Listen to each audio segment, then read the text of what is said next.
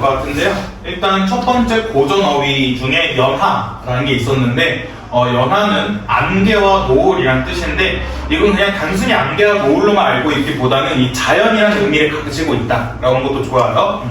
왜 그러냐면 이 연하라는 이게 고전 어휘인데 고전 어휘잖아요. 이건 꼭 기억해 두셔야 되는데 고전 작품에서 자연은 함부로 말할 수 없겠지만 100% 다 좋은 겁니다.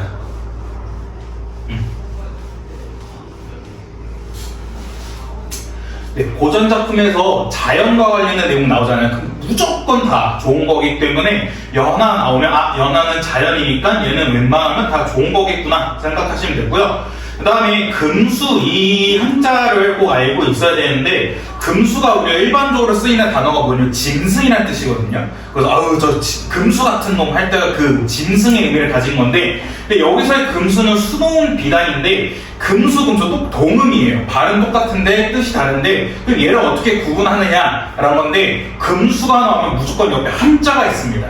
한자가 나오거든요. 근데 수놓은 비단에서 이건 좋은 의미인데 좋은 의미로 쓰일 때는 이 쇠금자가 있어요. 쇠금자.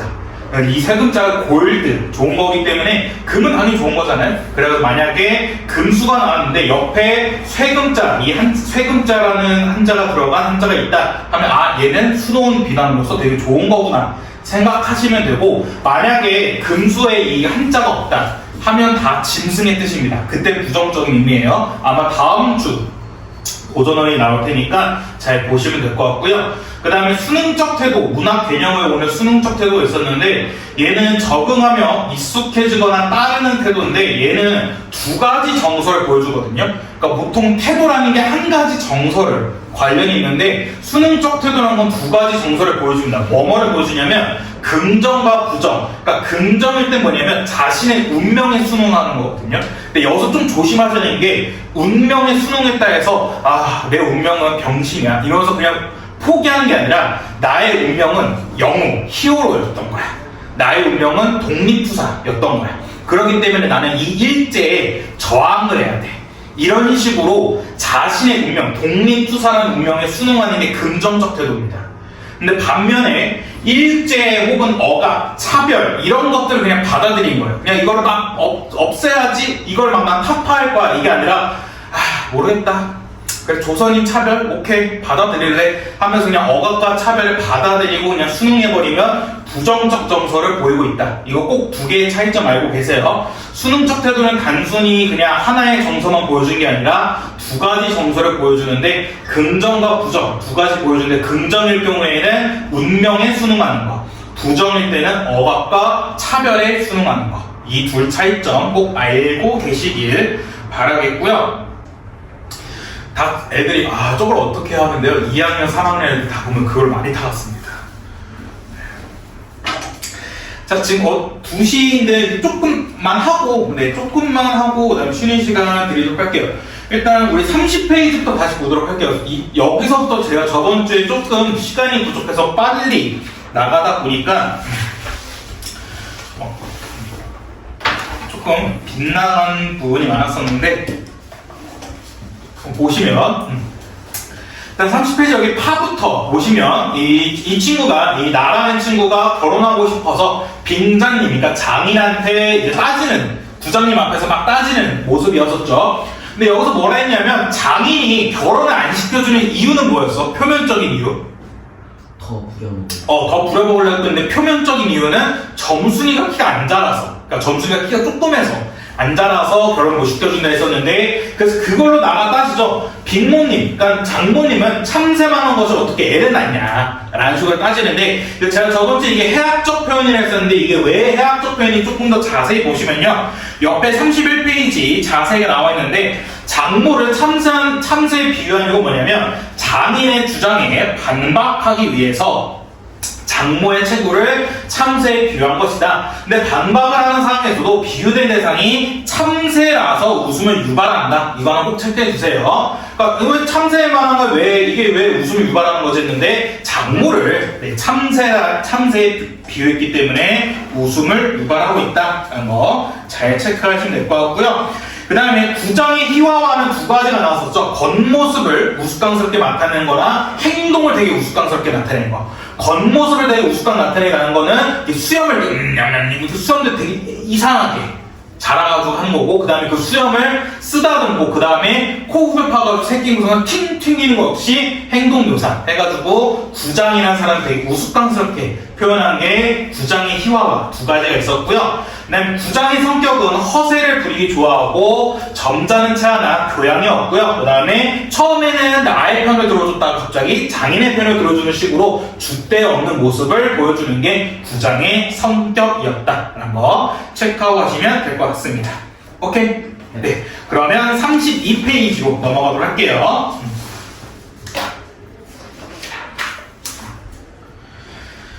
32페이지로 넘어가시면 32페이지 하나 부분 보시면 여기서는 이제 구장이 나를 설득하는 방식이 나왔었죠. 나를 설득하는 방식은 옆에 잘 나와 있겠지만 공감해주고 협박해주고 회유해줍니다. 그러니까 공감이라는 거 그래. 너 결혼 못한 거 내가 이해해. 너 아들 낳고 싶어하는 거 빨리 낳고 싶어하는 거 이해해. 근데 너 이렇게 따지면 이거 너 징역 간다? 너 벌 받는다? 이런 식으로 협박을 하고요. 그리고 나서 조금 더 회유를 마지막에 야 올해 가을에 해준대. 올해 가을 벼농사 잘 되면 그때 해준대 라는 건데, 이게 그는 소장농이라는 신분적 제약에 얽매여 있다는 걸 알 수 있다는 거죠. 그러니까 이 사람도 나의 편을 처음에 들어줬다가 장인의 편으로 확 바꾼 이유가 이 소장농이라는 신분적 제약 때문에 그런 거다라는 걸 알 수 있고요. 그래서 이거는 다른 말로 뭐라 할 수 있냐면 그 시대의 시대적 배경과 또는 다른 말로는 사회적 배경 을 반영하고 있는 겁니다. 그러니까 여기서 시대적 배경, 사회적 배경이라는 게 뭐냐면 소장농이라는 거죠. 그러니까 지금이라는 건 소장농이라는 게 딱히 없어가지고 지금이야 이런 신분적 제약에 얼매여서 구장이 장인한테 잘 보일 필요가 없는데, 이때 당시에는 소장농이라는 신분적 제약이 있었기 때문에 그러한 시대적 배경과 사회적 배경을 반영한 모습을 보여주는 게 바로 구장의 말하기 방식이었다라는 거 잘 체크하시면 될 것 같고요. 그래서 구장의 역할을 꼭 기억해 주셔야죠. 이건 구장의 성격과는 다른 겁니다. 구장의 성격은 뭐 허세 부리는 거 좋아한다, 그 다음에 줏대가 없다 이런 거였지만, 구장의 역할은 뭐냐면 해악성을 유발하는 거. 왜냐면 우스꽝스럽게 표현했으니까. 그다음 두 번째는 갈등을 지속시켜주죠. 그러니까 만약에 그러니까 왜 구장이 갈등을 지속시켜주냐면 지금 나 입장에서는 갈등을 해결하려고 온 거잖아. 해결하려고 끝맺음 하려고 구장한테 찾아간 건데, 구장이 딱 정해주면 되잖아. 아 그러면 지금 당장 결혼시켜줘, 지금 당장 둘이 결혼해, 이런 식으로 탕탕탕 해주면 되는데, 그렇지 않고 오히려 야 올해 가을에 해준대 라고 했기 때문에 이 나의 입장에선 갈등이 다 해소가 안 됐기 때문에 갈등은 지속하는 모습 보여주고요. 그 다음에 장인에 대한 비굴한 태도를 보여서 시대상을 암시한다는 건데, 이건 위에서 말했던 포인트다라는 거 잘 체크하시면 될 것 같습니다. 자, 그 다음에 이제 거북을 오시면, 그래서 오늘 아침으로 돌아온 겁니다. 시간이 이제 어제였다가 오늘로 돌아왔는데, 이제 장인과 내가 싸운 것은 지금 생각하면 전혀 뜻밖의 일이라 안 할 수 없다. 장인으로 말하면 요즘 자기들에게 행세를 좀 하고 싶다고 해서 돈 있으면 양반이지 별게 있느냐라는 식으로 지금 장인의 명예욕을 보여주고요. 장인에 대해 허세를 띱니다. 여러분들 이거 저번 주에 말씀 못 드렸는데, 허세가 줄임말입니다. 허세가 줄임말이에요. 여러분들 허장성세라는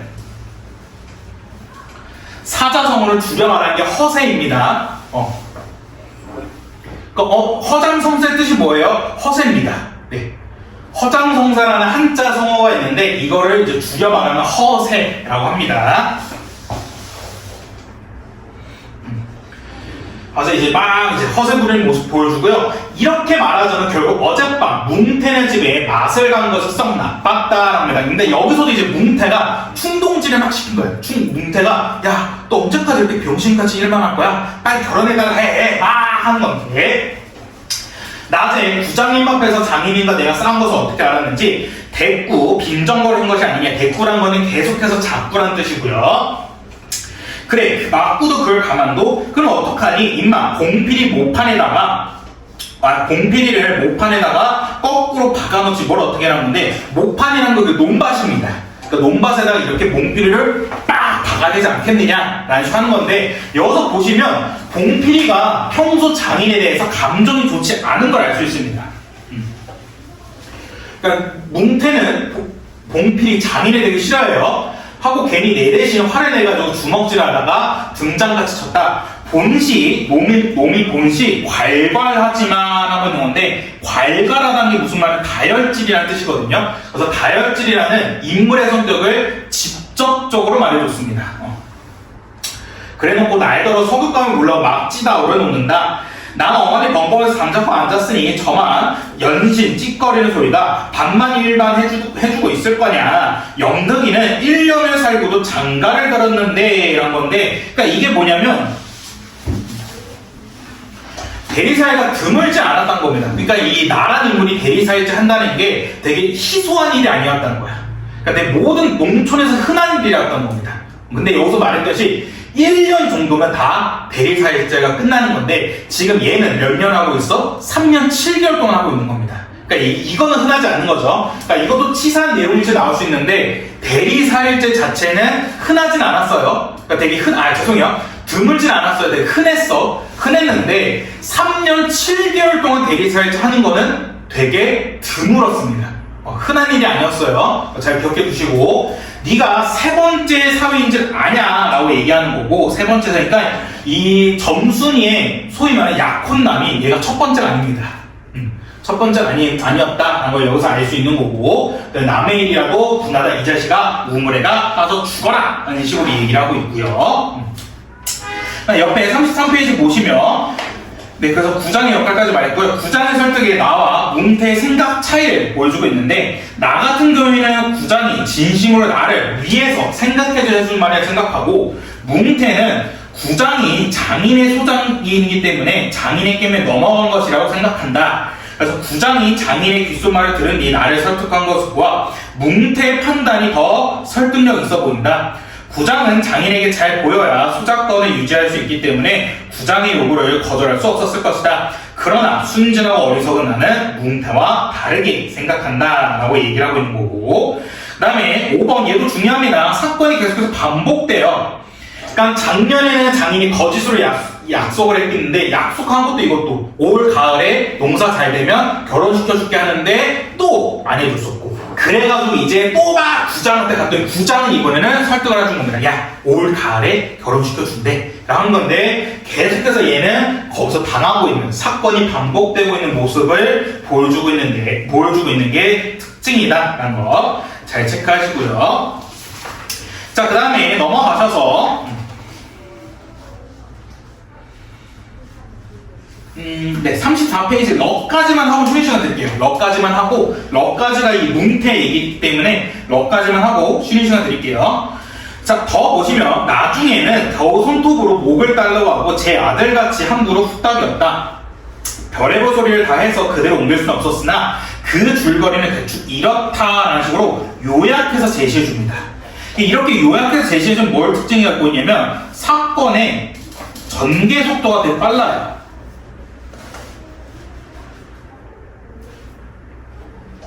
그러니까 사건의 전개 속도가 빠르단 말이 뭐냐면, 지금 여기 줄거리 보시면, 한번 줄거리 보고 설명을 드릴 텐데, 우리 장인님의 딸이 셋이 있는데, 맏딸은 재작년 가을에 시집에 갔다. 정말은 시집 가는 것이 아니라 그 딸도 대리사회를 해가지고 내보냈다. 그런데 딸이 10살 때부터 19, 즉 10년 동안에 대리사회를 가라기를 동리에서는 사위부자라고 이름이 났지만 열낸 놈은 너무나 많다는 거예요. 그러니까 이 봉필도 참 대단합니다. 첫째 딸 약혼남이 몇 명이 아니면 14명이었어요. 10년 동안 대리사에만 14명을 부려먹은 거거든요. 장인님은 아들은 없고 딸만 있는 거로 그 다음 딸을 대리사를 해올 때까지 부려먹지만 안 된다. 물론 머슴을 두면 좋지만 그건 돈이 드니까 라는 식으로 장인의 인색한 성격을 보여줍니다. 그러니까 돈을 되게 아끼는 거죠.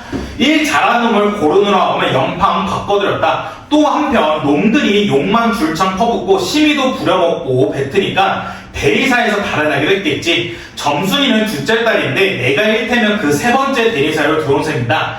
내 다음으로 네 번째 놈이 들어올 것을 내가 일도 잘하고 그리고 사람이 좀 어수룩하니까 장인님이 잔뜩 붙들어 놓고 놓질 않는다라는 겁니다. 그러니까 지금 얘도 점순이가 한 2번 갈아 끼웠거든요. 남자를. 근데 이 장인이 나는 계속 두는 이유가 뭐냐면 첫 번째 이유가 일 잘해서, 두 번째 이유는 어수룩해서 드래그 되는 겁니다.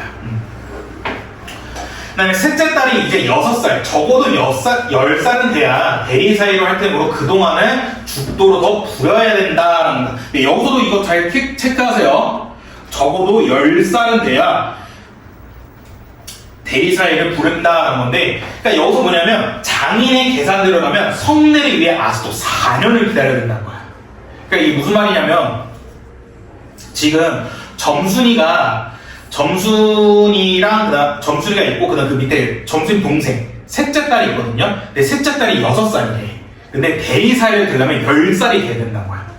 그러니까 지금 6살짜리가 4년 뒤에야 10살이 되는 거잖아. 그러니까 그 동안에는 대리사이를 계속 써야 되는 거야. 만약에 아직도 셋째 딸이 7살인데 3년 남았잖아. 대리사이 써먹으려면. 근데 만약에 점순이랑 나를 결혼시켜봐. 그럼 점순이는 나랑 같이 나의 집으로 갈 거 아니야. 그럼 그동안에는 장인이 대리사이를 부려먹을 수 없으니까 누굴 부려먹어야 돼? 머슴을 써야지. 그럼 머슴 쓰려면 돈 써야 되잖아. 그러니까 장인은 이 나를 총 4년은 더 부려먹을 생각하고 있는 거야 지금. 근데 이거 치사한 내용일지 문제로 나오는 거 꼭 기억해두세요. 아직 4년을 더 기다려야 되는 겁니다. 그러니 이제는 속 좀 차리고 장가를 들어달라고 때를 쓰고 나빠져라 이것이다 라는데, 이거를 이 모든 내용을 뭉태가 나한테 해준 얘기야. 근데 이게 보시면 재작년 가을부터 이야기거든요. 그 이야기를 그냥 이 몇 줄 안 되는 이야기로 요약해서 줬거든요. 만약에 이걸 요약 안 하고 한 장면 한 장면 다 보여줬으면 이 모든 걸 다 보여주잖아. 이 첫째 딸 결혼한 거랑 그 다음에 점순이의 첫 번째 남자, 두 번째 남자가 싸우고 나온 것까지 다 보여줘야 되는데, 그렇지 않고 그냥 요약해서 전달해주니까 사건의 전개 속도가 되게 빠른 겁니다. 오케이? 근데 또 이건 나가 잘 안 들어요. 나는 건성으로 엉엉거리며 귓등으로 들었다. 뭉태는 땅을 얻어 붙이다가 떨어진 뒤로 장인님과 보면 공연히 못 먹어서 으름거린다. 그것도 장님이 져달라고 할 적에 제 집을 위해서 그 감투를 선뜻 주었으면 그럴 일도 없었던 걸. 그러나 나는 뭉태의 놈의 마음을 고지 듣지 않는다. 꼭 고지 들었다면 간밤에 와서 장인이가 싸웠지 무사히 있었을 리가 없지 않은가. 그러면 딸에게까지 인심을 잃은 장인님이 혼자 나빴다 하고 있는데요. 여기서 체크해준 게 이겁니다. 뭉태는 땅을 얻어다가 붙인 뒤로 장인님은 못 얻었는데, 그러니까 이게 무슨 말이냐면 뭉태도 소작인이었거든요. 소작인이었는데 이 장인이 뭉태네 집에 가가지고 뇌물을 달라 했던 거야. 이 감투 같은 거 뇌물을 달라 했는데 뭉태가 그냥 안 준 거야. 안 주니까 어떡하냐면 이 장인이 뭉태의 이 소작인을 취소시켜버렸어. 취소시키니까 뭉태는 어떻게 해? 가난해지죠. 그래서 그 뒤로 뭉태는 장인을 되게 싫어해. 그래서 봉피를 되게 싫어하는 거거든요. 그래가지고 뭉태 입장에서는 나가 답답한 이유도 있겠지만 뭐도 있냐면 장인을 싫어해서 이 장인이 잘 되는 꼴을 보기 싫은 거야. 그래가지고 이게 바로 뭉태가 나를 충동질하는 이유입니다.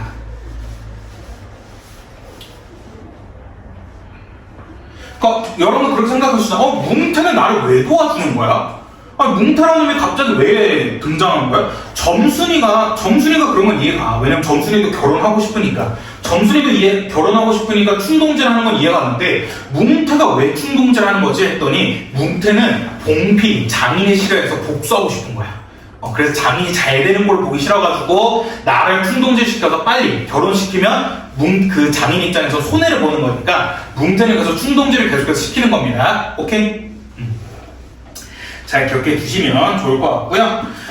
네, 그래서 여기까지가 뭉태 얘기였습니다. 그 다음에 이번엔 마지막. 그러면 딸에게 임신을 잃은 장인이 혼자 나빴다라는 건데, 이건 왜 얘가 이렇게 생각하냐면, 점순이가 나한테 와서 빨리 야 뭐라도 해야지, 뭐라고 해, 가만히 있어 막 이렇게 쪼았잖아. 그러니까 그게 내가 생각하기에는 점순이가 자신의 아버지 장인을 싫어한다 생각해.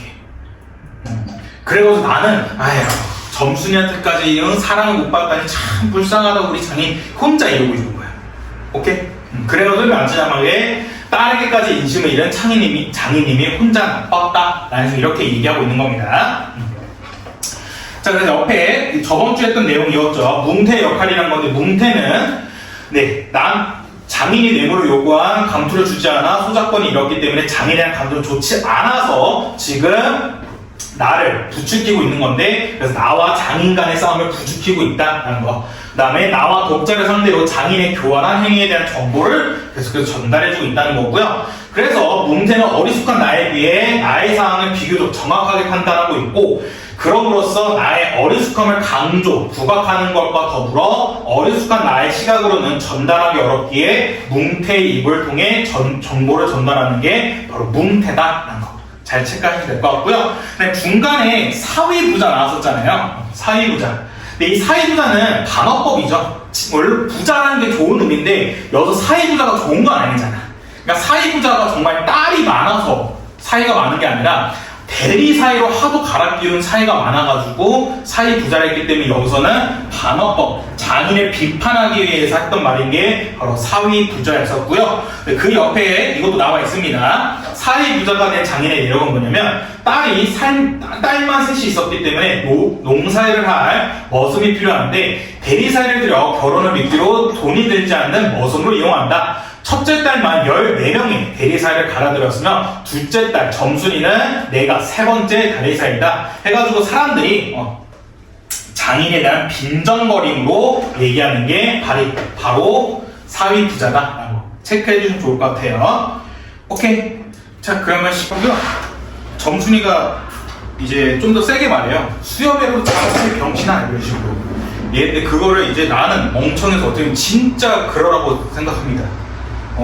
그래, 진짜 장인의 수염을 잡아 당겨야 되겠구나 생각을 해가지고 진짜 장인의 수염을 잡아 당깁니다. 잡아 당기고요. 이걸 학교에서 뭐라 했는지 모르겠는데, 그러고 나서 이제 장인과 내가 싸우는데 그 싸우는 모습 어떠냐면요, 그 서로의 그 주요 부위를 찹니다. 주요 부위를 차고 띵굴띵굴 하다가 둘이 화해하면서 끝나는 게 이 봉범의 결말입니다. 여기서 이제 거의 다 왔기 때문에 빠르게 보도록 할게요. 34페이지 부분부터 보도록 할게요. 실토이지 나는 점순이가 아침상을 가지고 나올 때까지는 오늘은 또 얼마나 밥을 많이 담았나 하고 이것만 생각했다 하는데 얘도 참 단순합니다. 그 또 장인과 싸운 건 또 잊어버리고요. 또 오늘 점순이가 밥을 얼마나 갖고 왔을까 하면서 또 단순하게 그렇게 생각하고 있고, 상에는 된장찌개하고 간장, 그 다음에 족밥 한 그릇, 그리고 밥보다 더 수룩하게 담은 산나물이 담아 있습니다. 네, 이것도 산나물도 꼭 알고 계세요.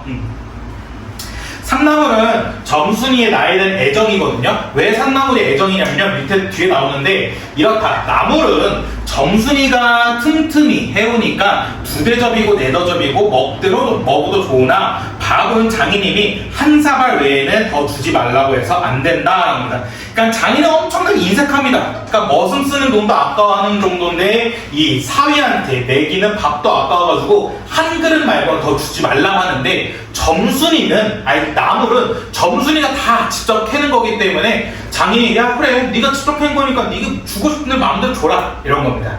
그래서 점순이가 나물은 정말 많이 준 게 이제 점순의 나에 대한 애정이 있기 때문에 이런 거고요. 그런데 점순이가 그 상을 내 앞에 내려놓으면 제 말로 짓거리는 소리가 있는데, 이 제 말로 짓거린다는 게 뭐냐면 혼잣말로 한다는 소리가 뭐냐면 부장님한테 갔다가 그냥 오면 어떡하냐 하는 겁니다.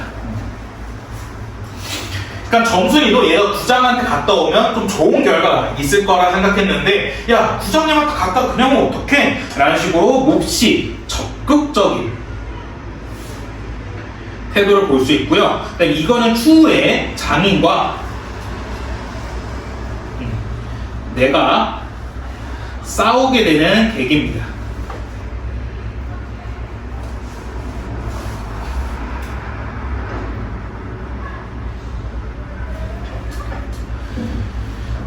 그러니까 이제 점순이가 야 구장한테라도 갔다 와 라고 얘기했는데 갔다 왔는데 아무 별거 없었잖아. 그래서 어쨌든 점순이가 나를 좀 한심하게 생각해요. 한심하게 생각하니까 내가 그건 또 자존심이 상한 거야. 와 내가 좋아하는 여자가 나를 한심하게 생각해. 와 이건 아니지 라는 생각에 얘가 화가 확 납니다. 그래서 얘가 장인과 좀 직접 싸우게 되는 결정적 계기가 바로 여기다 보시면 되고요. 하고 엊그제 산에서 같이 대우 쫑알거린다. 따는 내가 좀 더 단단히 그러니까 적극적으로 덤비지 않고 만 것이 좀 어리석었다. 속으로 그랬다. 나도 저쪽 벽을 향하여 외면하는 생각 이건 서로 내외하고 있는 겁니다. 그러니까 남자와 여자가 서로 마주보고 대화할 수 없다 보니까 서로 이제 딴적 보면서 먼 산 바라보면서 얘기하고 있는 건데 뭐라냐면 안 된다는 걸 어떡하냐 이런 겁니다. 안 된다는 걸 어떡해? 라고 좀 되게 소극적이고 수동적인 성격 보여주니까 네 점순이가 강하게 얘기하죠. 수염이라도 잡아채지 그냥 도 이 바보야 이렇게 되는 건데 이거 역시 장인과 되게 시끄럽네요.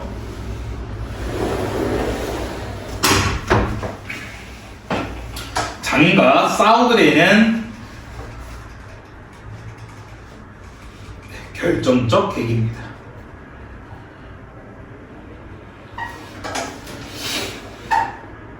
그러니까 점순이의 적극적 성격과는 2차 충동이 시작되죠. 근데 여기서 중요한 게 점순이 진짜 수염이라도 잡아채라는 게 아니라 조금 더 적극적으로 뭘 해봐라 라고 얘기한 건데 나는 되게 어수룩해가지고 진짜 수염을 잡아챕니다.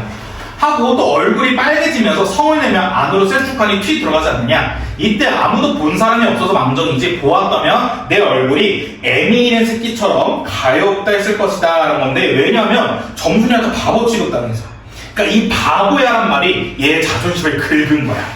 그래서 이제 씨발 이러고 있는 겁니다. 여기 뭐뭐처럼은 지급법 쓴 거고. 그래서 이 나가 되게 귀여운 게 또 뭐냐면 뒤에 가서 그 수염을 진짜 잡아채거든요. 근데 수염 잡아챈 이유가 뭐냐면 점순이가 보고 있어서. 원래는 막 맞아요. 장인한테 맞고 있다가 얘가 갑자기 저항하는 게 뭐냐면 점순이가 보고 있어서 이렇게 하거든요. 근데 점순이가 보고 있어서 얘가 또 그 장인의 주역을 뻥 차니까 뻥 차면 이거 되게 좋아합니다. 왜 좋아하냐면 점순이가 나한테 잘했다고 칭찬해 주겠지? 라는 생각합니다. 근데 막상 뒤에 보시면 아시겠지만 점순이가 와서 이놈의 새끼 우리 아버지를 죽일라 해 하면서 오히려 나를 혼내거든요. 그래서 그 모습이 또 웃긴 게 되니까 한번 뒤에서 보도록 할게요. 네, 이렇게 보시면 될 것 같고. 네, 그 다음에 옆에 35페이지 이거 하나만 보고 가시면 점순이의 행동은 계속해서 이겁니다. 성리에 대해서 소극적인 나에 대해서 핀잔을 주면서 적극적으로 대응할 것을 충동질하고요. 점순이는 몹시 적극적이고 당돌하고 나랑 빨리 결혼하고 싶어하는 모습을 보여주는 게 이게 특징이다 생각하시면 될 것 같고. 자, 그 다음 페이지 36페이지 보시면 사실 이때만큼 슬펐던 일이 또 있었는지 모른다라는데 왜 그러냐면 점순이가 나를 바보라 생각하니까 되게 슬픈 겁니다. 다른 사람은 암만 못생겼다 해도 괜찮았지만 내 아내가 될 점순이가 나를 병신으로 본다면 참 신세는 따분하다. 밥을 먹은 뒤 쥐기를 지고 일터로 갈라 하다 도로 벗어던지고 바깥마다 공석 위에 들어누워서 나는 차라리 죽는이만 갖지 못하다고 생각했다. 그러니까 얘가 의욕을 잃어버린 거야. 왜냐면 나의 짝사랑 여자가 나를 병신이라 생각하니까. 내가 일 안 하면 장인님 저는 여기서도 내 호칭에 모순이었죠. 장인님은 높여 부르는 건데 저는 낮춤 표현이었고 장인님 저는 나이가 먹어 못하고 결국 농사는 못 짓고 만다. 뒷짐으로 트름을 꿀꺽하고 대문 밖으로 나오다 날 보고서 이 자식아 또 왜 또 이러니 관객이 났어요. 아이고 배야. 근데 관객이라면 이제 배탈이 났다는 겁니다. 근데 이것도 꾀병이죠. 기껏 밥 처먹고 무슨 관객이야. 남의 병사 벌어주면 이 자식아 징역 간다 징역 하는 건데 근데 여기서 알 수 있는 게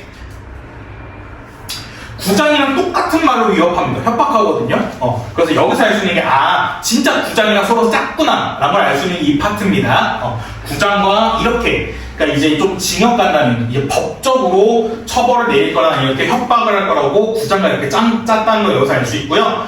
카드 줘요. 아이고 배야 참만 난 일 안 해서 징역 가도 좋다고 생각했다. 이루 아들을 낳아도 그 앞에서 바보 이렇게 별명을 들을 테니까 오늘은 열쪽이 난데도 결정을 내고 싶었다.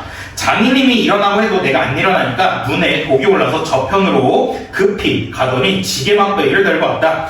그리고 그걸로 내 허리를 마치 돌 넘기듯이 콕 집어서 넘겼다 했는데, 그러니까 이게 무슨 말이냐면, 여러분들 뭐 바로 상상하시면 되겠지만, 여러분들 막 친구들끼리 장난치다가 친구가 씨발 안 가 하는데 너네들 어떻게 여기 옆으로 쿡쿡 찌르는 거야. 그럼 어떻게 우리 쿡 찌르면 씨발 하면서 이렇게 콩콩 뛸 거 아니에요. 그 모습이 바로 이거랍니다. 쿡쿡 찌르니까 돌 넘기듯이 이런 식으로 넘어가는 게 바로 이 모습입니다. 그랬더니 밥을 잔뜩 먹고 딱딱한 배가 그럴 정도가 튕겨지면서 배창이 꼿꼿한 것이 여간 튕기지 않았다. 여러분 생각해보세요. 진짜 이렇게 쿡쿡 찔러서 얼마나 그 모습이 웃겨. 그럴 때는 얘도 해학적 표현이다 라는 거 체크할 수 있고요. 그래도 안 일어나니까 이번에는 배를 지게막대기로 위에서 쿡쿡 찌르더니 발길로 옆구리를 치는 게 이때부터 심해지죠. 그러니까 원래는 그냥 이때는 그냥 쿡쿡 야 일어나 이렇게 했었는데 이제 안 일어나니까 발로 뻥뻥 차는 겁니다. 여기서 장인님은 원체 심청이 굳어서 그렇지만 나도 저만 못하지 않게 배를 채웠다. 아픈 것을 두면 꾹 감고 넌 해라 난 재밌다는 듯이 있었으나 볼기자국 후라갈기적에는 나도 모르는 곁에 뻘떡 일어나서 구수염을 잡아챘다 하는 거야. 그러니까 얘가 발로 찰 때까지는 참았는데 얘가 여기 뺨따구를 맞으니까 정신 번쩍 든 거야. 뺨따구 하니까 화가 번쩍 들어서 이런 씨 하면서 이제 일어난 겁니다. 그래서 일어나자마자 뭐 했냐면 점순이가 말한 것처럼 수염을 잡아챕니다. 왜? 점순이가 잡아채라 했으니까. 그래서 내골이 난 것이 아니라 정말 아까부터 근데 왜 얘가 갑자기 근데 우리 단순히 이렇게 생각했죠. 그럼 얘가 진짜 뺨따구를 맞아서 화가 났나? 이럴 수 있는데 얘가 또 그런 게 아니라 뒤에서 뭐라 하냐면 내골로 생각해 내가 진짜 화가 난 것이 아니라 정말 아까부터 벽 뒤에서 울타리 구멍으로 점순이가 우리들의 꼴을 몰래 엿보고 있어가지고 근데 이것 때문에 얘가 화가 난 거야. 잘 체크하세요. 왜냐면 이게 이 두 내용이 또 내용 위치도 잘 나오거든요. 그러니까 내가 진짜 화가 나서 장인이 수염을 잡았다는 게 아니라 점순이가 나를 보고 있어서 그래서 점순이가 나한테 바보라 했기 때문에 내가 바보가 아니야. 네가 말한 것은 나 수염 잡아 당겼어. 이런 식으로 나 바보 아니야. 병신 아니야. 이런 걸 보여주기 위해서 장인한테 반격한 겁니다. 가뜩이나 말 한마디 톡톡이 못한다고 바보라는데 내까지 잔잡고 맞는 거 보고 있으면 진짜 바보라 할 게 아닌가. 또 점순이도 미워하는 이까지 놈의 장인 이것도 낮춤 표현과 높임 표현을 같이 쓰고 있는데 지금 얘는 점순이가 자기 아버지 제 아버지를 싫어한다고 오해하고 있습니다. 장인은 나고 아무것도 안 되니까 막대로도 좋지만 사정 고와서 수염만 채고 저기까지 잘 들리고 뭐라냐면 이걸 까셀라보다 하고 있는 거야. 그래 또 허세 부리고 있는 거예요. 이 까셀라보다가 뭐냐면 확 이거 죽여버려 이러는 거야. 여러분도 요즘 되게 예능 프로 보시면 이게 저같이 등치 큰 사람인데 문신 쫙 해가지고 반팔 반바지 이러면서 확 이런 사람들 있잖아요. 그것처럼 얘가 이러고 있는 겁니다. 이러고 있는 건데 또 허세 부린 건데 이렇게 허세 부린 이유가 점순이한테 잘 보이기 위해서. 또 여기서 장인이 가만히 참지 않겠죠. 뭐라냐면 장인이면 더 약이 바짝 올라서 잡은 찬 막대기로 내 어깨를 그냥 내려갈겼다. 정신이 나았잖아. 다시 고개를 들었을 때는 이때 나도 약에 올랐다라는 거야. 얘가 이때부터 화가 난 거야. 그러니까 딱 맞았을 때는 화가 그렇게 안 났는데 어깨로 지게막대 딱 맞은 순간 화가 빵 난 겁니다. 그래서 뭐라냐면 이 녀석의 장인 여기서도 낮춤 표현과 높임 표현 같이 쓰고 있는데 하고 눈에서 불이 펑 나서 그 아래 다리는 멍알로 그대로 때밀러 굴러버렸다. 기어오르면 굴리고 굴리면 기어오르고 이렇게 한 4-5번 하다가 그럴 때마다 부려먹고 왜 성내를 안 했지유 라는 식인데 이게 이 둘의 싸움의 근본 원인이었던 거죠. 왜 부려만 먹고 결혼 안 시켜주냐 하고 있는 거고 나는 이렇게 호령했다. 하지만 장인님이 선뜻 오냐 내일이라도 성례시켜주만 했으면 나도 성 가신 걸 그만뒀을 줄 모른다. 나야 이러면 때린 건 아니니까 난종에 장인을 쳤다는 누명도 안 들을 터이고 얼마든지 해도 좋다. 이런 거고, 그 다음 페이지 37페이지 보시면 한 번은 장인님이 헐레벌떡 기어서 오르더니 내 바지가랑이를 요렇게 노리고서는 단팍 움켜쥐고 매달렸다랍니다. 네, 이 바지가랑이가 거기에 잡아버린 겁니다. 근데 참 우습지 않습니까? 얘네들이 장인이랑 그 사위가 싸우는 건데 서로 그 주요 부위를 잡고 싸우고 있어. 그렇기 때문에 여기서도 체크할 수 있는 게 해학적인 모습을 체크할 수 있는 겁니다. 둘의 싸우는 모습 되게 우스꽝스러워요.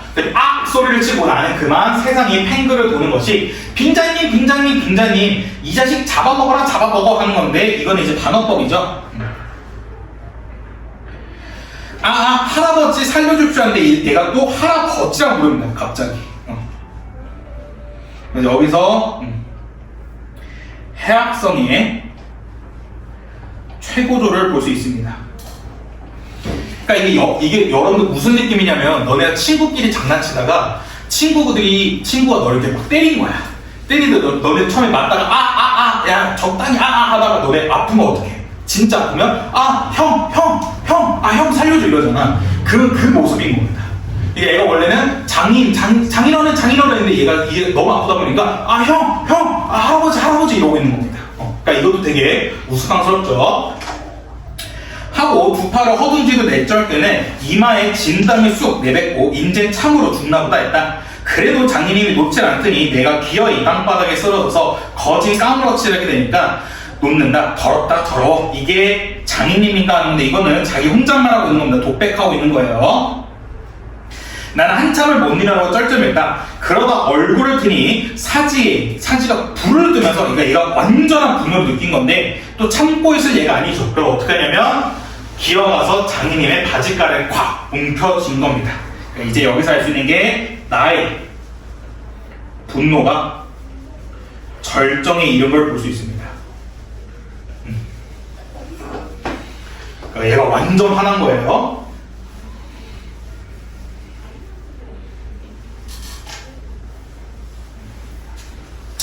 자, 그 다음 페이지 38페이지 보시면, 네, 38페이지 보시면 갑자기 어떻게 되냐면 부분에서 이 부분이 갑자기 결말입니다. 갑자기 뭐라냐면 내가 머리가 터지도록 뇌를 막는 것이 이 때문이다. 그러니까 얘는 아직 머리는 안 맞았어요. 얘는 기껏해 어깨랑 급소 부위만 맞았지 머리는 안 맞았거든요. 근데 맞고 나서 뭐라냐면 장님도 뭐라냐면 올 가를 꼭 성례시켜주나, 암말 말고 빨리 바지를 가라다 하고 나서 그러고 나서 빙자님 이제 다시는 안 그러겠어요 하고 다시 갑자기 그냥 화해하거든요. 그러고 나서 또 내용이 뭐냐면 이놈아 나가라 하면서 갑자기 이렇게 되는데, 이게 결말이 절정 부분 중간에 들어온 건데 이거는 좀 이따 다시 한번 보도록 할게요. 먼저 저부터 볼게요. 여러분들 내용 파악을 위해서 시간 순서를 보는 게 좋으니까 저부터 보시면, 이놈아 나라다. 장인님은 햇손질하며 솔개미에 챈 닭의 소리를 연해 질렀다. 놓긴 외도 독백이고 혼잣말입니다. 이왕이면 호되게 혼을 내주리라 생각하고 짓궂이 더 당겼다마는 장인님이 땅에 쓰러져서 눈에 눈물이 핑 도는 것을 알고 좀 겁이 났다. 또 얘가 착합니다. 또 모질지 못해요. 할아버지 놔라봐 하는데 여기서 이 할아버지는 뭐냐면 장인이 나한테 하는 겁니다. 장인이 나한테 할아버지 나 하는 건데 얘도 해악성이 최고조에 오른 분을 볼 수 있고요. 그래도 안 되니까 얘 점순아 하면서 점순을 부른 건데, 이렇게 부르니까 앞장이 안에 있던 장모님과 점순이가 헐레벌떡하고 단숨에 뛰어내렸다. 나의 생각에 장모님은 제 남편이니까 역성을 할 줄 모른다. 그러나 점순이는 내 편을 들어서 속으로 고수해서 괜찮지. 그러니까 점순이가 내 편 들어줄 줄 알았는데 그렇지 않죠. 대체 이게 웬 속인지 아버지를 혼내주기는 제래 내래 해놓고 이제 와서 달겨들면 에그머니 이 망할 게 우리 아버지를 죽여버리네 라는 식으로 점순이 이중적 태도를 볼 수 있고요. 이게 극적인 반전 효과를 지니고 있습니다.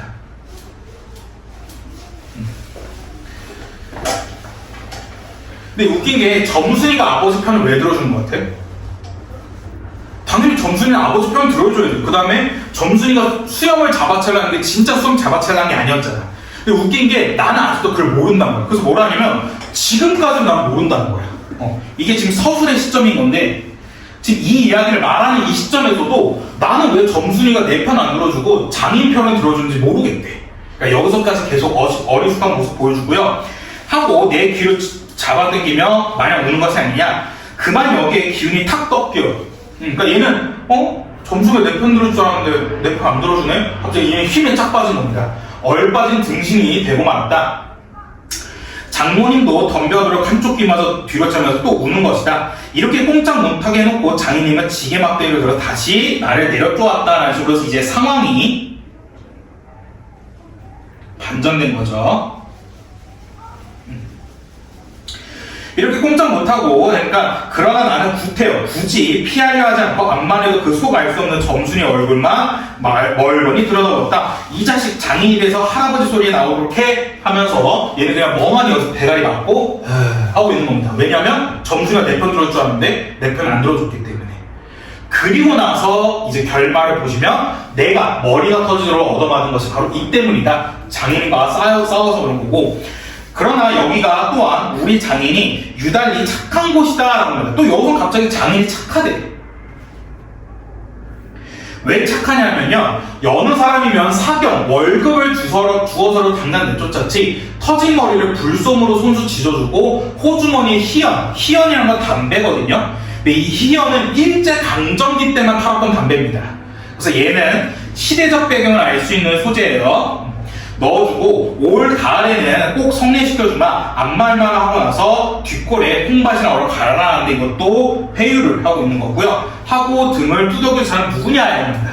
그러니까 얘가 장인을 처음에 미워하다가 장인은 착하다는 이유가 뭐냐면 난 이런 거 당연히 쫓겨나겠지 했는데 장인이 손수 다 치료해주고 야 올해 가을 결혼시켜줄게니까 빨리 일하러 가 하니까 그 모습이 얘한테는 되게 착해 보였다는 거야.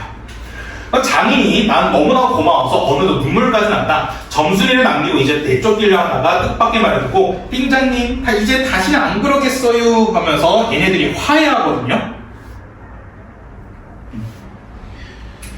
나와 장인이 드디어 화해하거든요. 근데 여러분들이 생각하기엔 진짜 장인이 결혼시켜줄까? 안 시켜주겠죠. 이거는 일시적인 화해라는 걸 체크할 수 있습니다. 하고 이렇게 맹세를 하며 불야살야 지게를 지고 일터로 갔다. 그러나 이때는 그걸 모르고 장인님을 원수로만 얻어서 잔뜩 잡아당겼다 라고 얘기합니다. 그래서 여기까지가 공범이었고 그 다음에 공범에서 가장 중요한 게 바로 옆에 37페이지입니다. 결말을 절정 부분 중간에 배차 효과. 얘는 진짜 서술형 단골이에요. 그러니까 이거 여러분들이 어느 수준으로 알아주셔야 되냐면 저기 제가 그 강남 쪽에서 수업을 하는데 강남 쪽 애들이 걔네 과학 수업을 어떻게 하냐면 걔네 과학 수업의 그 스타일이 되게 마음에 드는 게 뭐냐면 방탈출입니다. 그러니까 뭐냐면 시험을 봐가지고 통과를 못하면 이 방을 탈출하지 못하는 거야.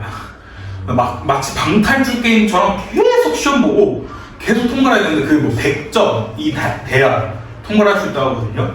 그래서 걔네는 과학은 시험 전날에 새벽 2시인가 3시까지 잡아먹는데 그 정도로 빡세게 되니까 걔네들 어떻게 하냐면 2시에서 3시까지 하다가 집에 가면 바로 잘 거 아니야. 자면 꿈에서까지 나온대. 과학이 꿈에서까지 과학하는 꿈을 꿔가지고 아침에 일어나서 계속 과학이 생각난대. 저는 여러분들이 꿈에서까지 이게 나왔으면 좋겠어요. 너네 만약에 하고 있을 때 진짜 뭐 예능처럼 본보면서 결말을 결정 중간에 그 효과 뭐야 하면 너네들이 하면서 줄줄줄 말할 수 있도록 그 정도 돼야 됩니다. 여러분들 정말 이 정도 돼야 돼요. 왜냐면 얘는 서술형의 기본 중의 기본입니다. 그러니까 여러분 한번 보시면 그러니까 일반적인 구성으로 절정 다음에 결말은 없으면 얘네들이 싸우고 나서 갈등이 해소되고 화해되는 모습으로 끝났을 거거든요. 그 우리 느끼기에도 얘네들이 화해했구나 라고 했을 텐데, 근데 아까 우리 얘기했던 것처럼 얘네들이 화해가 진짜 화해가 아니라 일시적인 화해였잖아. 그러니까 얘네들은 또 싸우고 또 화해할 거란 말이야. 그러니까 계속해서 그 느낌을 강조하기 위해서 갈등 해소와 화해 보여준 다음에 희극적 싸움을 또 보여준 거야. 그럼 우리는 이게 끝난 것 같지가 않아. 물론 결말은 봤어. 결말은 얘네들이 화해한 걸 봤는데 화해 다음에 얘네들이 또 싸웠잖아. 그럼 우리 느낌은 어떠냐면 이 새끼들 그러면 그렇지 얘네가 끝날 리가 없지, 얘네가 화해할 리가 없지, 얘네 또 싸우겠구나 라는 식으로 우리 마음에 그게 생기거든요. 그래서 그걸 강조하고자 일부러 절정 사이의 결말을 추가한 겁니다. 그거였기 때문에 그걸 잘 체크하시면 되고요. 그래서 나와 장인의 우스꽝스러운 싸움을 극대화시켜서 작품의 긴장감을 살리고요, 해악성을 부각하기 위해서 결말을 이렇게 넣은 거고, 그러니까 무엇보다 얘네들의 갈등이 미해결 상태, 해결이 안 됐다는 걸 암시하는 거고, 갈등의 구조보다는 해악적인 주제를 더 강조한다 라는 거고, 더 추가한 게 뭐냐면 반전의 효과도 있고요. 그러니까 반전의 효과는 어떻게 느낄 수 있냐면, 우리가 어까지 읽었으면 얘네들이 화해했네 했을 텐데 갑자기 저에서 또 싸우고 있으니까 뭐야, 얘네 끝난 게 아니었구나 라는 식으로 반전의 효과도 있고, 또 절정의 끝 장면, 싸움하는 거, 싸움을 강조하는 효과도 있습니다.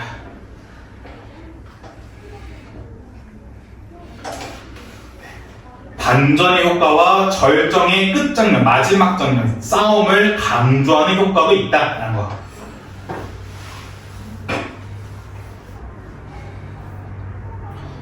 그래서 여러분들 이게 툭 하면 나와야 돼요. 정말로 이게 나와야 돼요. 여러분들이 절정사의 결말되면 뭐가 해야 돼? 만약에 일반적 구성이었으면 행복하면서 화해를 강조하는 구조였겠지만, 결말을 중간에 넣음으로써 싸움을 극대화시키고 긴장감을 살리고 해악성을 부각하고 갈등이 미해결 상태고요, 해악적 주제를 더 강조하고 반전의 효과를 가지고 싸움을 강조하는 효과를 지니고 있습니다가 나와야 돼요. 아니야, 할 수 있어, 해야 돼. 할 수 있어가 아니라 할 수 있어가 아니라 must입니다. You can do it이 아니라 you must do it이야. 너네 반드시 해야 돼요. 이건 진짜 봄봄에서 무조건 나오는 파트입니다. 왜냐면 이게 여러분들 2년 전 시험이었던 것 같은데, 2년 전 시험 때는 어떻게 했냐면 진짜 잔인하게 이걸 다 써야 됐어요. 효과 5가지 다 써라 했어. 효과 5가지 다 쓰라 했었고, 작년에는 제 기억상 안 나왔던 것 같은데, 작년에는 오히려 객관식으로 찾아라라는 식으로 나왔는데, 근데 아까 말씀드렸던 것처럼 작년 시험보다 훨씬 어려울 거란 말이에요. 그럼 학교 이번 시험이. 그렇기 때문에, 근데 여러분들 어려운 거는 제일 간단한 게 서술형에서 여러분들 조지거든요. 그렇기 때문에 여러분들 이거 진짜 기본으로 알고 있어야 됩니다.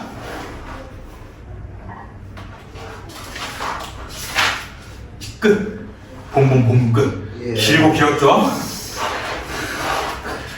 자, 그 다음에 40페이지 보시면, 여러분들이 두 번째로 꿈에서 나와야 되는 게 바로 이겁니다. 사건 순서대로 맞추는 거. 시간 순서대로 배열하는 거예요. 당연히 이것도 정말 많이 나오거든요.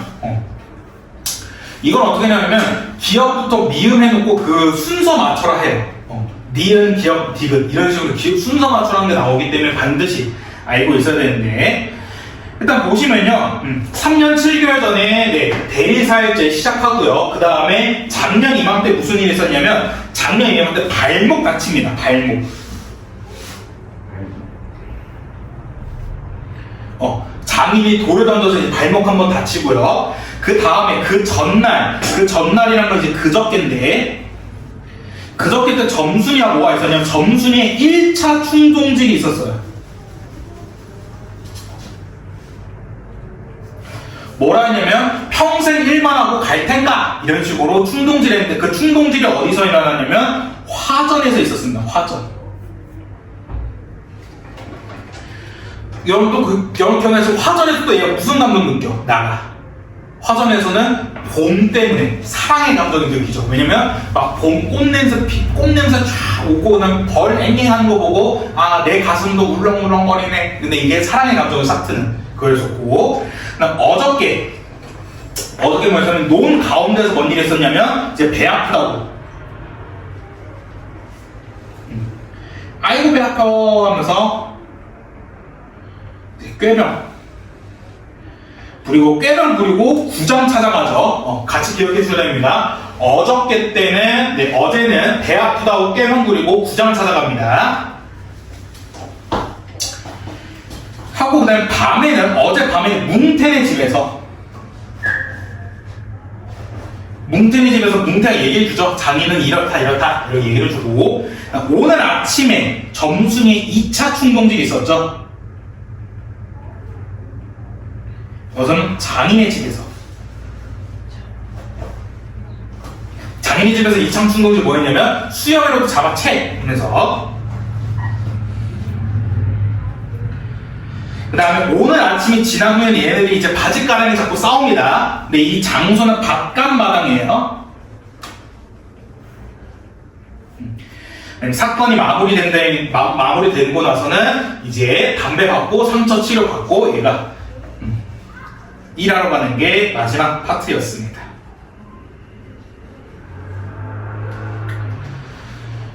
네, 그 다음 그 밑에 사건이 일어나는 시간과 소설 속에서 서술한 걸 다르게 하는 게 그러니까 역순행적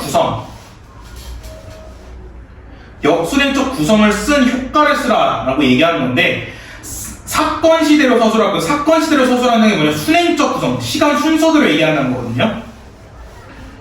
만약에 순행적 구성을 썼다면 독자가 사건을 재구성하면서 읽는 재미가 반감됐을 거다. 하지만 역순행적 구성을 써서 어떠냐면 추측하면서 읽는 재미가 있었고, 사전 예상이나 사후 확인을 통해 사건을 입체적으로 이해할 수 있다. 네, 얘도 꼭 기억해 두세요.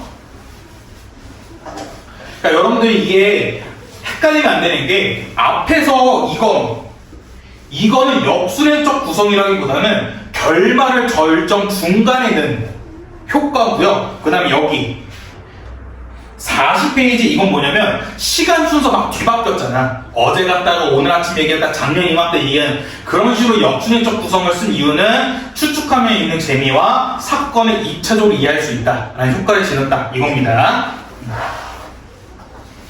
자, 그 다음에 잠깐 뒤로 다시 가가지고 앞으로 가셔가지고 37페이지에 얘 하나 볼게요. 37페이지 여기 핵심 정리에 나의 성격과 작가의 의도, 얘도 꼭 기억해 두세요. 그러니까 나는 되게 멍청하거든요. 정확히 인지할 수 있는 인식의 능력이 부족하고요. 좀 논리적으로 비판할 수 있는 지적도 부족한데 왜 이렇게 얘가 멍청하게 만들었느냐 하는데, 해학적 갈등을 드러내는 데 중점을 뒀던 겁니다. 그러니까 농촌 현실에 대한 비판과 풍자보다는 해학적, 그러니까 웃음을 유발하는 거에 좀 더 초점을 맞췄다. 이게 나의 성격의 의도다라는 거 체크하시면 될 것 같고,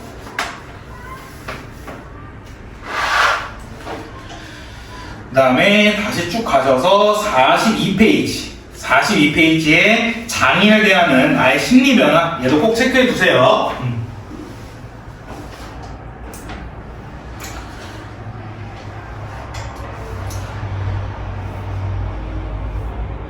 자, 그 다음에 이거 정말 중요합니다. 3번에 이거. 왜냐면 이게 그대로 서술형 답으로 나온 적 있어요. 이게 서술형 예시 답안이었어. 네, 이거 꼭 기억해 두세요. 이 가 자체가 그냥 이거를 완벽하게 쓰는 게 서술형 만점이었습니다. 본봉에서. 이 작품에서 김유정은 강원도 산골 농민의 생활에 어울리는 토속적인 언어는 물론이고 비완소, 비속어를 즐겨 구사하고 있다. 그런데 이는 저속한 느낌을 주거나 감정을 격하게 만들기는커녕 능청스러운 익살과 해악을 통해 등장인물들의 소박함과 진실성을 선명히 느끼게 된다. 또한 1인칭 시점에서 구어를 주로 사용하여 의성어나 의태어를 자유자재로 구사하는 것도 다른 소설에서 찾기 어려운 특징이다 라는 거. 그래서 이게 얼마큼 잔인하게 나오냐면요, 본문에 이 서술상 특징에 대해서 써라 하는 건데 뭐였냐면 토속, 그 다음에 뭐였지? 의성어, 의태어, 1인칭 구어 이 네 가지 단어를 반드시 포함해라 라고 나왔거든요. 그럴 때 이거 꼭 기억해 두세요. 그 다음에 43페이지 얘도 기억해 두셔야 될 게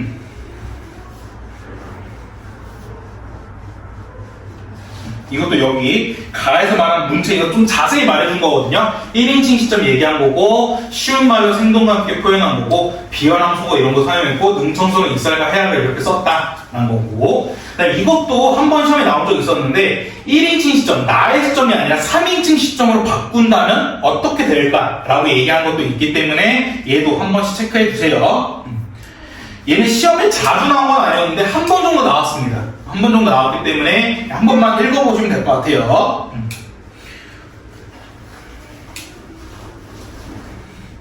그 다음에 4번 얘도 꼭 기억해 두시고 얘는 객관식으로 많이 나왔습니다. 우리 이거는 저번 주에 한번 읽었거든요. 그러니까 김유정의 봄봄에 대한 비판이 많은데 그 비판에 대한 내용이 뭐였느냐라는 건데 그게 뭐였냐면 이때 당시 일제강점기 농촌 현실의 문제점을 좀 사실적으로 비판적으로 보여주기보다는 되게 우스꽝스럽게 표현하였다. 그래서 이게 문제점이었다는 건데 얘도 꼭 다 한번 읽어보시고요. 얘를 조금 더 간단하게 말씀드리면 이게 뭐냐면 죄송해요. 대신에 이거 뭐냐면 그러니까 이런 안 좋은 평가도 있지만 구장과 장인 그러니까 소작인과 마렘의 관계죠.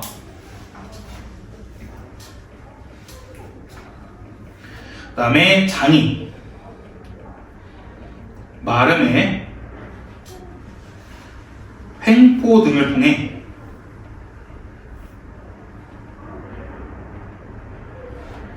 농촌 현실의 문제점을 보여줌. 그러니까 봄봄이 농촌 현실의 문제점을 안 보여줬다는 평가, 비판이 많은데 아니다. 구장과 장인, 그 다음에 장인의 횡포 등을 통해서 농촌 현실의 문제점을 보여준 것도 있다라고 얘기할 수 있는 게 이 4번의 내용이다라는 거 잘 체크하시면 될 것 같고요. 자, 그 다음에 거의 다 왔습니다. 이제 봄봄의 끝이 뭐예요? 44페이지. 작전에서 쥐기. 학교에서 했었죠? 네. 학교 다 했을 텐데 여러분 학교도 지기를 좋아합니다. 왜 이렇게 이 지기를 좋아하는지 모르겠는데 이게 그겁니다. 신라의 선덕여왕 이야기. 선덕여왕 이야기인데, 그러니까 어떤 평민이 선덕여왕이 이뻤대.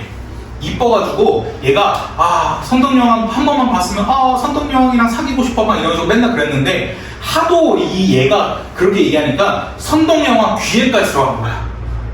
어떤 평민이 너 엄청 짝사랑한대 해가지고 선덕여왕이 그 짝사랑하는 남자를 한번 보러 갑니다.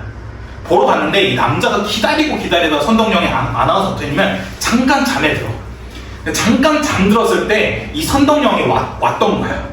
와가지고 깨운 게 아니라 이 얘야? 그래 그렇구나 하고 선덕여왕이 그 남자만 보고 그냥 간 겁니다. 다시.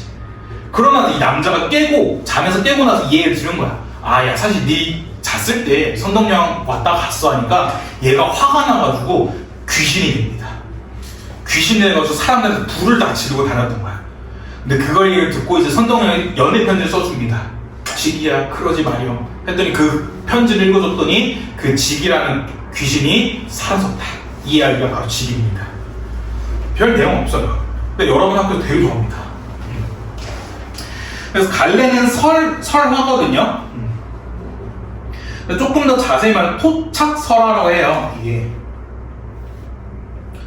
토착설화가 뭐냐면 어떤 특징을 갖고 있냐면 실존 인물에다가 실제 역사적 사건이 깃든 겁니다.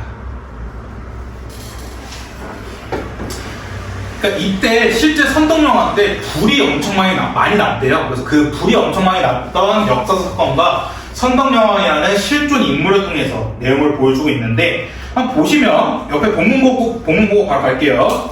지기는 신라 활리 여창 부근 사람이었다라는데 이렇게 지기에 대한 실존 인물을 얘기해서 설화적 요소를 볼 수 있고요. 선동영이 단아하고 엄중하고 미련함에 빠져 상사병에 걸려 모습이 날로 초췌해졌다. 여왕이 이 소문을 듣고 불러 말했다. 짐이 내 영룡사에 가서 향을 피울 것이다. 그 절에서 짐을 기다리도록 해라 라는 건데, 이건 또 선장이 되게 착하죠. 포용과 이해에 대한 모습을 보여줍니다.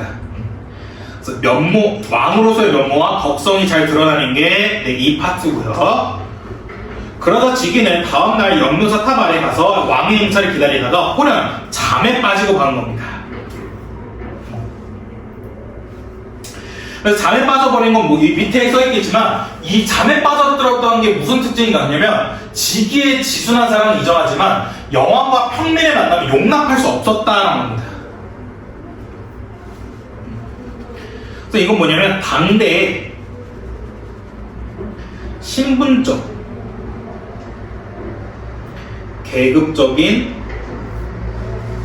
한계를 보여주고 있는 거예요. 그러니까 지금 생각하고 여왕과 평민이 만난다고 말이 안 되죠.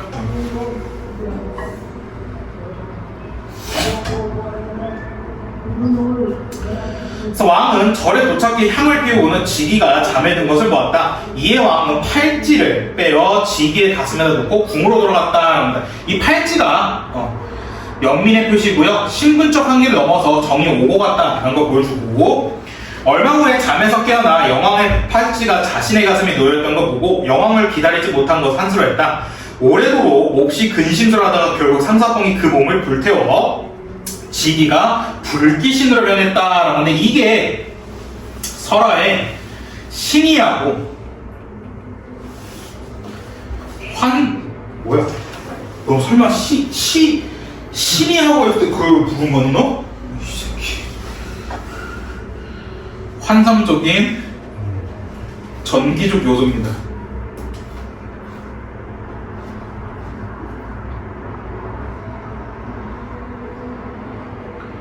그러니까 전기적 요소라는 게 사실 살짝 마법 같은 거라 생각하면 돼요. 환상적인 거. 그래서 이에 왕은 술사에게 명예 중흥을 지니게 했으니 다음과 같다. 지기 마음 불이 몸을 태우고 변해 불귀신이 되었네. 푸른 바다 속으로 바다 밖으로 옮겨 보지도 말고 가까이 하지도 말지어다 라고 얘기하는데, 그러니까 지기의 열렬한 사랑, 불이 이게 이 화는 이제 엄청난 화가 났다 그 얘기인데, 그걸 얘기하고 있는 거고요. 네, 푸른 바다로 가라는 거는 불과 대립적 성격을 보여서 불을 소멸시키기 위해서 이렇게 된 거죠.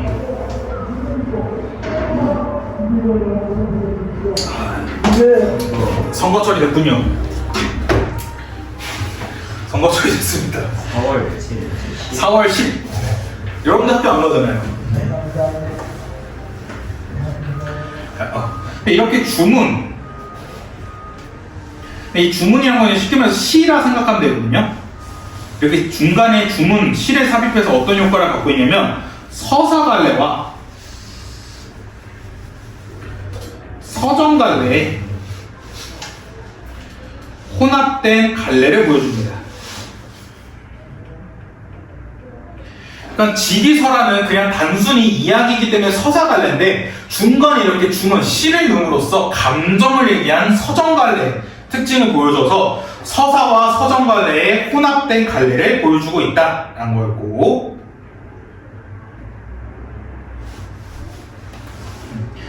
그래서 당시 풍속에 이 주문을 문과 벽에 붙여 화재를 막았다고 한다라고 얘기해서 주문이라는 건 불을 소멸시키는 한 거고요. 이거랑 비슷한 얘기가 처형가입니다. 혹시 여러분 학교 그 프린트에 처형가가 있을지가 궁금한데, 이 처형가도 이런 좀 주문의 힘이거든요. 그러니까 처형가가 뭐냐면, 여러분들 혹시나 여러분들 그 할머니 할아버지가 사시는 시골, 만약에 두 분이 만약에 시골에 사신다면 한번 가보실 텐데, 시골에 가면 여기 문 위에 그 대문 위에다가 되게 도깨비 같이 생긴 얼굴이 붙어 있거든요. 그림이. 그 사람이 처형인데, 왜 사람들이 그 도깨비 같은 얼굴을 문 위에 붙여놨냐면, 처형이 귀신을 무찔러 줍니다. 귀신들 그 중에서 역병, 그러니까 전염병을 몰고 다니는 귀신들을 다 몰아내주거든요. 그러니까 왜 그러냐면, 처형이 이제 처형은 그때 신라 사람이었나? 그랬는데, 초용이 이제 그 시절에 초용의 아내가 엄청나게 예뻤대요. 예뻐가지고 그 어떤 귀신이 들은 거야. 초용 아내가 예쁘다는 거야. 그래서 이 귀신이 처용이 야근하고 있을 때 몰래 집에 가서 처용인 척하고 아내랑 하룻밤 보냅니다.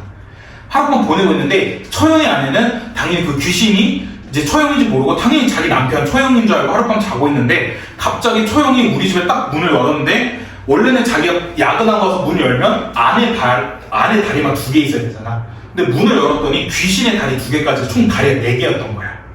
처용이 이걸 보고 아 우리 마누라가 바람을 피다니 이 쌍놈의 새끼들 다 죽여버려야지 하다가 얘가 어떠냐면 야 뭐 어쩌겠니 내 것이었지만 이제 내 것이 아니네 하면서 그 불륜의 현장 앞에서 춤을 췄답니다. 네, 이게 처용가예요. 춤을 췄는데 역신이 계속 본 거야. 근데 역신은 당연히 그 귀신은 걸렸으니까 당연히 내가 죽겠구나 생각했는데 그 자기 앞에서 그 춤을 추면서 노래를 부르는 처용의 모습 보고 아 이 사람은 그릇이 남다르구나 해가지고 무릎 꿇고 막 사과를 빌었대. 이러면서 아 나를 용서해 주시는 정말 당신 정말 대단하십니다 했더니 이제 초용이 야 그러면 너 다시는 우리 집에 오지 마 했더니 이 귀신이 네 다시는 초용 집에 오지 않겠습니다 해가지고 다른 귀신들한테도 초용네 집에 가지 말라 할게요 해가지고 사람들이 다 그 문 위에다가 초용의 얼굴을 붙여놓은 겁니다. 그럼 귀신들이 오다가도 초용 얼굴 보고 야 씨발 이거 초용네 집이다 도망쳐 그래서 도망칠 수 있도록 하는 게 그 초용가거든요. 사실 쥐기랑 조금 비슷한 게 처용가인데 이거 참고하시면 될 것 같고 네, 그래서 마지막으로 이제 지기설의 특징만 한번 보시면 네, 시간 순서에 따른 수행적 구성을 보여주고 있고요. 두 번째 신이라고 환상적인 전기적 요소가 드러나고 네, 화재 예방 풍속의 내력이 설명한 설화라는 점에서 민속학적 의가 있다는 건데 여러분들 의란 말이 어려우면 그냥 가치 중요성이라고 생각하시는 게 편합니다. 그다음 네 번째 무슨 특징이 갖고 있냐면 대립적 관계를 많이 보여줘요. 대립적 관계가 뭐뭐 있냐면 첫 번째 생과 사입니다. 그럼 지기는 살아있었지만 이제 지기는 죽어버렸고 두 번째 영왕과 평민이라는 대립적 관계를 보여주고 세 번째 선덕 영왕이라는 여자와 지기라는 남자라는 성별의 대립도 볼 수 있고요. 마지막 지기가 불이 되었지만 죽으러 갈 때 물로 갔던 물과 불의 대립도 볼 수 있습니다.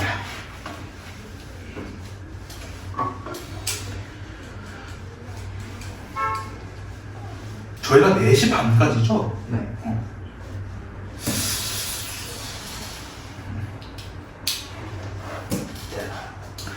자, 그 다음에 마지막 여기 지기설화의 보충 내용 보시면요. 지기설화는 화신의 내용과 그에 관련된 화재 예방, 풍속을 다룬 신라시대의 설화이다. 선덕여왕이 주문을 지어 불귀신의 원한을 달래어 물리치게 된 연호를 담고 있어서 해원적, 이 원이란 거 원망이라 생각하시면 되는데 이 원을 풀어줬다. 그래서 해원적 성격을 지니고 있다 볼 수 있다. 또한 불의 원인인 불귀신을 주문을 쫓아낼 수 있다고 믿은 당대 사람들의 인식을 통해 이 설화의 주술적인 면모도 볼 수 있다. 거. 네, 그 다음에 45페이지인데 이거 정말 무조건 시험 나올 겁니다.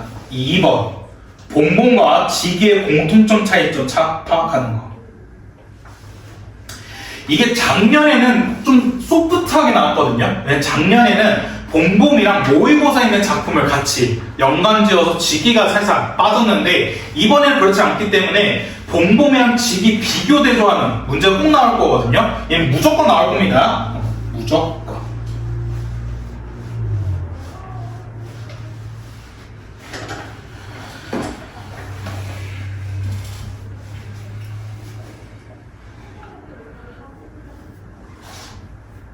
빠르게 보시면 갈래는 봉봉은 현대소설, 지기는 설화. 봉봉에서 갈등은 결혼을 해주냐 마냐에는 나와 장인의 갈등이고요. 그 다음에 좀 가볍죠. 가벼운 갈등이지만 이건 뒤에 있네요. 그 다음에 지기에서는 잠든 지기의 자책이 담긴 중심 갈등이다. 그 다음에 봉봉에서는 조금 가벼운 갈등을 보여주고 있는 반면에 지기에서는 이루어지지 못한 짝사랑의 비극. 그래서 봉봄이 일상적이라면 지기는 신화적인 특징을 가지고 있다.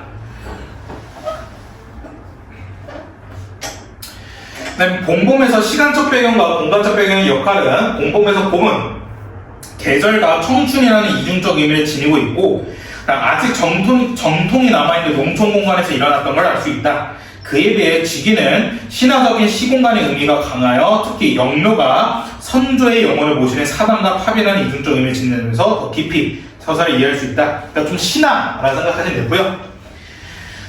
인물의 성격은 봉봄에서 나는 되게 어숙하고 순박하고 뚝심 있는 성격 보여주고요. 장인은 샘에 밝으면서도 너그러운 성격을, 점수는 당돌하면서 순진한 성격을 지니고 있고요. 지기에서 지기는 사랑에 빠져서 스스로를 불사신 열정적이면서도 집착이 강한 성격이고요. 선덕여왕은 여왕이면서 백성의 소원을 들어주는 어려움을 해결해주는 덕을 지닌 성격을 묘사되었다. 그래서 봉봄에서는 주변에서 볼 수 있는 소박한 인물을 다뤘다면 지기는 신화적이고 상징적인 인물들을 다뤘다. 봉봄은 1인칭 서술자가 사건을 서술하고 있고 지기는 3인칭의 객관적 서술자가 사건 서술하고 있다. 봉봄은 시간을 앞과 뒤로 왔다 갔다 하는 역순행적 구성을 쓰고 있다면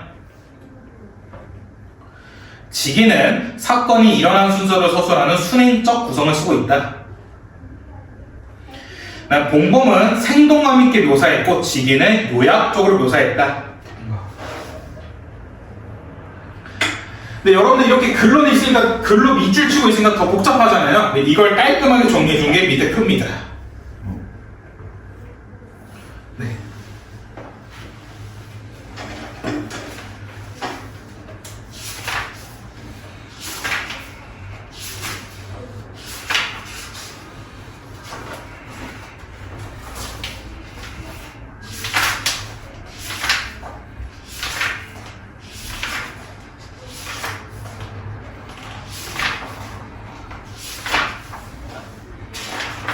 여러분들 학교에서 세상에서 가장 아름다운 이별 했나요? 조금 남았어요. 조금? 네. 아직 풀 내용을 모르나요? 네. 이거 되게 슬픕니다.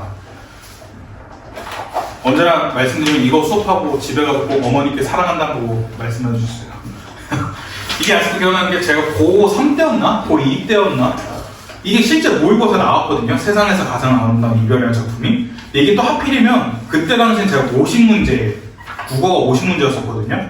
이게 맨 마지막 47번인가 48번 파트에 나왔어요. 이때 나와서 국어 시험 끝나고 애들 다 순위 시험 물었습니다. 진짜예요. 그래서 이게 뉴스에도 나왔었어. 국어에서 세상에서 가장 아름다운 이별이라는 작품 나왔는데 많은 수험생 애들이 이 작품 보고 울었다. 그것 때문에 운 거 맞아요? 아, 그렇다 맞죠. 근데 진짜 그렇어. 왜냐면 여러분들 그래서 학교에서 수련회 가고 이랬지 않았나요? 여러분 세대는 갔지 않았어? 저희는 못 갔어요. 너희 다 못 갔나? 너희도 코로나 때문에? 그러니까 옛날에는 수련회를 가면 촛불 켜놓거든요. 그러니까 캠프파이어 같은 거 해가지고 중간에 불 켜놓고 그 다음에 촛불을 켜놔요. 촛불 켜놓고 막 처음에는 막 놀다가 마지막에 촛불을 이렇게 잡고 이제 그 무시무시한 교우가 나와서 자 여러분 오늘 그동안의 수련회 재밌었습니까? 네! 하면 자 여러분들 수련회 누가 보내줬습니까? 그 애들이 다 무성무성하겠지? 애들 다 드립치게 바쁘지. 내가 보냈는데? 내가 선배들로 왔는데? 막 하겠지? 막 하다가 이제 자 여러분들이 이렇게 수련회 올 수 있었던 건 다 여러분들 부모님의 사랑 덕분이었습니다 하면서 막 그 부모님에 대한 사랑에 대해서 얘기해. 여러분들 어머님들은 여러분들을 낳기 위해서 그럼 애들이 거의 한 200명 300명 있는 애들이 다 울어. 울어 애들이 갑자기 울기 시작하면서 다 어깨가 들썩들썩거려. 들썩거려서 하고 그 다음에 마지막 날에 더 놀아야 되잖아. 근데 그러지 못해. 다 애들이 그 감성에 젖어가지고 엄마 보고 싶다 하고 나서 달려가서 엄마 하지만 우리 어머니는 잔소리부터 하시죠. 이거 왜 이러면서 빨리 왜 이렇게 냄새나 하면서 하기 때문에 우리 엄마 하면서 했는데 그 어머니를 떠올리게 하는 작품이 바로 세상에서 가장 아름다운 이별이라는 작품입니다. 이건 한번 이따 영상으로 보여드릴 거거든요. 이거 되게 좀 슬픈 내용인데, 그러니까 이 사람이 아버지고요. 그 다음에 이분이 주인공, 어머니. 그 다음에 이분은 이제, 뭐라 해야 되지? 시어머니여서 이제 어머니고요. 그 다음에 첫째 딸, 그 다음에, 첫째 딸이고 이제 이게 아들. 그 다음에 얘가 삼촌일 거야. 삼촌이고 삼촌의 이제 와이프에서 얘가 숙모인 건데,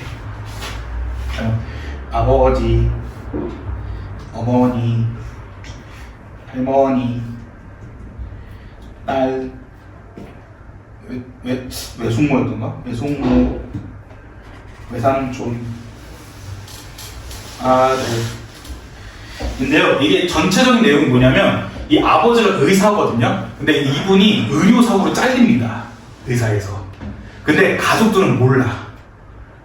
가족들은 모르고, 계속 이 아버지가 의사인 줄 알아. 의사인 줄 알고 계속, 그래서 아버지도 병원에서 잘렸는데, 가족들한테 일부러 출근하는 모습을 보여줘요. 그래서 출근해서 그냥 그 근처 떠돌다가 맨날 5시, 6시에 퇴근하고 오시거든요. 그다음 이 어머니는 암이 있어요. 막 열심히 그 할머니를 막 보살피고 다른 가족도 보살피다가 결국 암에 걸립니다. 근데 암이 말기야. 그러니까 얘가 계속 아팠는데 이제 어머니들 특징이 뭐야? 아파도 병원 좀 가도 괜찮아. 이거 그냥 약 먹으면 돼 하면서 약도 안 드시고 막 그러다가 이제 병을 키워가지고 결국에 암에 걸립니다. 이 할머니는 이제 치매예요. 치매여가지고 이제 정신 온전치 못하고요. 이 딸내미는 나름 대기업 다니고 있어서 이 어머니랑 아버지의 나름 자랑이었거든요. 근데 이 딸이 그 대기업 다니고 있는데 하필이면 이 딸이 이제 남자친구가 있는데 그 남자친구가 유부남입니다. 그 다음에 아들은 이제 재수합니다. 얘는 이제 얘가 원래 미술인가 예체능 쪽으로 가고 싶은데 이제 재수하고 있는 애이고요. 재수가 아니라 3수인가 4수하고 있었을 거야, 얘가. 그다음에 외삼촌은 사고 뭉칩니다. 예, 도박하고요. 맨날 돈 해가지고 이 외숙모랑 외삼촌은 맨날 이 어머니한테 와서 돈을 빌리는 그런 모습 보여주거든요. 근데 이게 왜 세상에서 아는 거냐면 이제 어머니가 암에 걸려서 이제 마지막 삶을 정리해야 되잖아요. 정리를 하는데 이제 아버지가 이제 얘기를 듣고 어머니가 자신의 와이프가 암인 걸 듣고 이제 병원을 가는데 못 고친다는 얘기를 듣습니다. 못 고친다는 얘기를 듣고 그 다음에 어머니가 뒤늦게 알게 돼요. 자신의 남편, 아버지가 이제 회사에서 잘렸다는 거, 병원에 잘렸다는 걸 알게 되고요. 그 다음에 이제 그 어머니가 우리 딸은 그래 우리 딸 남자친구라도 있다는데 남자친구 한번 보러 가야지 했는데 남자친구 되게 잘생기고 같은 또 회사 팀장이어가지고 저 정도면 괜찮지 하고 있는데 딱 지나갔는데 그 남자친구가 다른 여자랑 딸내미랑 같이 있는 겁니다. 그래서 그때 어머니가 충격받아요. 우리 딸내미가 바람을 피고 있었다니, 유부남을 만나고 있었다니, 이러고요.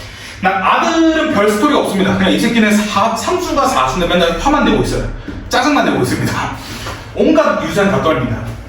그래서 이 아들부터 해서 모든 사람들이 다 어머니한테 짜증만 내요. 그러니까 아들은 맨날 공부한다 해놓고 공부하는 거 맨날 짜증나. 엄마 밥 대충 차리면 이게 밥이 뭐야 하면서 안 먹어 하면서 몰래 밤에 컵라면 먹고요. 그다음 딸도 막 대기업 다니고 이러니까 피곤하니까 엄마가 잘 다녀와서 건들지 좀 마 하면서 막 짜증냅니다. 짜증내는데 이 할머니가 제일 힘든 게 뭐냐면 치매를 걸리셔가지고 제대로 생활을 못하는데 그래서 어머니가 여기서 막 도와주다가 이게 가장 슬픈 점이 뭐냐면 어머니가 할머니를 죽이려고 해요. 주무시다가 왜 죽이려냐면 이 어머니가 만약에 죽게 돼봐, 어머니가 돌아가시면 할머니를 누가 보살피겠어? 아버지나 아들이나 딸이 보살펴야 되잖아. 그러니까 그게 얼마나 힘든 걸 아니까 차라리 어머니가 할머니를 죽이고 자기도 죽겠다 합니다. 그래서 이 할머니가 잘 때 몰래 방에 들어가지고 이 베개로 이제 할머니를 꾹 눌러요, 얼굴을. 누르는데 이제 할머니가 하니까 잠깐 물 마시러 갔던 딸내미가 할머니 방에서 무슨 소리지 하고 문을 열게 되는데 어머니가 울면서 어머니 그냥 나랑 죽자 막 이런 거 보고 이제 딸내미가 소리 내면서 엄마 왜 그래 하면서 그때 모든 가족이 다 알게 됩니다. 엄마가 암이었다니 하면서. 그 다음에 이 어머니의 꿈이 뭐였냐면 단독주택을 지어가지고 거기서 다 같이 사는 게 꿈이었는데, 그래가지고 결국에는 이제 얘네 살다가 이제 어머니랑 아버지가 마지막 여행을 떠나가지고 그 단독주택을 빨리 짓습니다. 최대한 빨리 지어가지고 이제 어머니랑 아버지만 그 단독주택에 살거든요. 벌써부터 울먹이는데 이 마지막 슬픔 더 슬픈 게 어머니가 명장면을 남기는 게 아버지한테 나 언제 보고 싶을 것 같아? 라고 얘기합니다. 그걸 한번 직접 보세요. 엄청 슬픕니다. 그게 이제 세상에서 가져가는 일이야. 자, 이거는 노희경 작가인데 여러분 노희경 작가는 최근에 나왔던 그나마 최근 드라마가 그거였는데 그 제주도 이야기 이병헌 씨랑 다 나왔던 거 저도 기억이 안 나네요. 제주도 생활과 관련된 내용이었는데 이게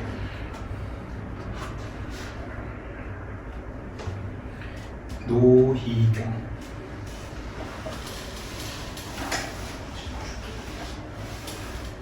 우리들의 브루스. 네, 이게 다 이 사람이 한 겁니다. 여러분 아시는 작품이 있을지 모르겠네요. 아마 다 모르겠는데 라이브 정도는 알지 않을까요? 이게 경찰 그 드라마였는데 이것도 모르시군요. 그 다음에 이 세상에서 가장 아름다운 게 우리 의라 배우보고 그 다음에 아마 디어 마이 프렌즈는 모르시는데 괜찮아 사랑이야? 이것도 모르시면 어쩔 수 없고. 근데 2014년에 여러분들 2014년 몇 살이었죠? 초등학생이었나요? 2024년이죠. 2024년이면 들어가기 전. 저는 들은 여러분 07년생인가요? 네, 08년. 08년생? 08년생인데 얘는 모르겠죠. 당연히 모르겠네요. 08년생 라이브가 초등학교 3학년인가 그때였겠네요. 그럼 안 되겠네요. 네. 이분이 엄청 유명한 작가인데 아무튼 노희경 작가의 이 작품이고요. 그래서 보시면요, 박간일만 신경 쓰는 남편과 늘 위태로운 자식들, 중증 치매 환자인 시어머니를 평생 뒷바라지하며 살았던 이민은 어느 날 말기암 판정을 받는다. 영원히 반복될 것만 같았던 이들의 일상에 이별의 순간은 점점 다가오고 가족들은 서로에 대한 사랑과 가족의 소중함을 뼈아프게 깨닫게 된다. 이 작품은 시나리오로 작품 장면이나 그 순서, 배우의 행동이나 대사를 상세히 표현하고 있으며 몽타주 기법이나 환상적 장면 처리 등과 같은 극단의 형성 방법이 나오고 있다는데, 자, 여기서는 이것만 나옵니다. 어떻게 배우의 행동과, 그러니까 여러분 이게 뭐냐면요, 배우가 생각해봐, 어머니가 암인 걸 알았대. 그럼 딸내미 입장에서 표정을 어떻게 지어야 돼? 울면서 있어야 되잖아. 근데 이 가로치고 웃으며 이런 게 나옵니다. 웃으며 엄마 왜 그래? 말이 되나요? 안 되겠죠. 네, 그걸 적절하지 않다고 체크하는 게 세상에서 가장 아름다운 이별 파트입니다. 그러니까 시험에 별로 안 나와요. 그러니까 이게 제 기억상에 3년 전에는 이게 시험 범위에 포함됐었는데 아예 안 나왔었어요. 왜 너무 쉽다 보니까 했었고, 재작년에 2년 전에는 이게 한 문제 나왔었고요. 그 다음에 작년 시험에서는 이게 2문제나 3문제 나왔었습니다. 좀 비중 있게 나왔었어요. 그때 보시면 될 것 같은데, 일단은 이것부터 보시면 시나리오의 특징부터 말씀드릴게요. 시나리오랑 갈래의 특징이 뭐냐면, 일단 제일 첫 번째 현재형으로 관객에게 전달하고요. 두 번째, 대사나 지시문으로, 지시문, 그 다음에 해설로 구성되어 있고요. 그다음 세 번째, 얘도 소설처럼 작가의 상상력이 들어가 있습니다.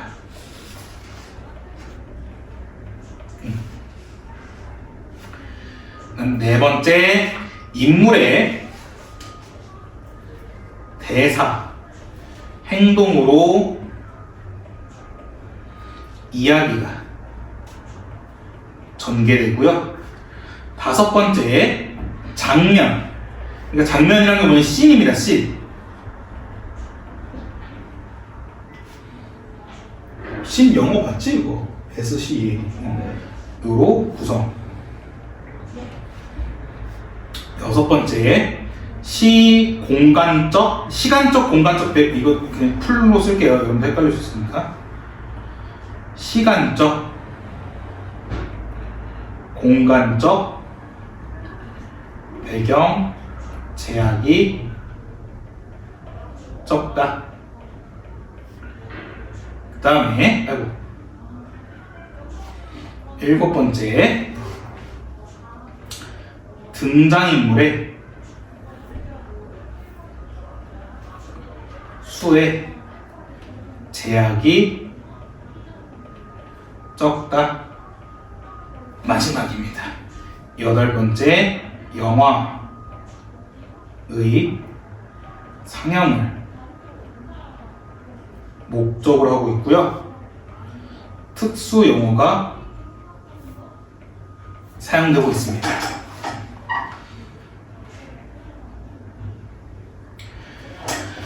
하나 또 말씀드리면요, 이거는 시나리오도 그렇고 연극도 똑같이 이제 현재형으로 관객에게 전달하고 있고, 대사, 지시문, 해설로 구성되어 있고요. 당연히 작가의 상상력이 들어가 있고, 인물의 대사나 행동으로 이야기가 전달되고, 장면 1, 장면 2로 되고요. 그다음에 시간적, 공간적 배경 제약이 적다는 게 무슨 말이냐면 연극에 비하면 제약이 적다는 겁니다. 왜냐면 여러분들 뮤지컬이나 이런 연극 보시면 거기서 갑자기 공간을 확 바꾸는 건 어렵잖아. 공간 바꾸는 건 뒤에 뭐 스크린이 내려오거나 이래야 되는데, 대신 영화는 그냥 진짜 로마로 가거나 아니면 진짜 필리핀으로 가거나 이런 하면 되기 때문에 시간적 공간적 배경이 적고요. 등장인물 수도 연극 같은 거 보면 그 무대에 오를 수 있는 무대 인물 수가 제한돼 있잖아요. 근데 영화는 100명, 200만 명까지 다 컨트롤 가능하기 때문에 등장인물 수의 제약이 적고요. 영화의 상영을 목적으로 하고 있다는 거 체크하시면 될 것 같습니다. 그다음 얘도 하나 보시면 될 것 같은데, 특징으로는 행동과 대상을 중심으로 등장인물의 심리를 드러내고 있고, 파편화된 가족 구성원이 어머니의 죽음을 통해 가족의 사랑을 확인해가는 모습을 그리고 있고요. 어머니를 암으로 떠나보낸 작가의 자전적인 작품으로 어머니를 떠나보내는 가족의 슬픔을 섬세하게 그려내고 있다는 거 잘 체크하시면 될 것 같습니다. 자, 그 다음에 넘어가셔서 네, 이거는 본문 다 안 읽을 거고요. 이거는 아까 말씀드렸던 것처럼 영상 보여드릴 텐데, 몇 페이지야? 66페이지 여기 옆에 시나리오 용어, 이거 다 암기하셔야 됩니다. 어쩔 수 없어요. 얘 문제 나옵니다.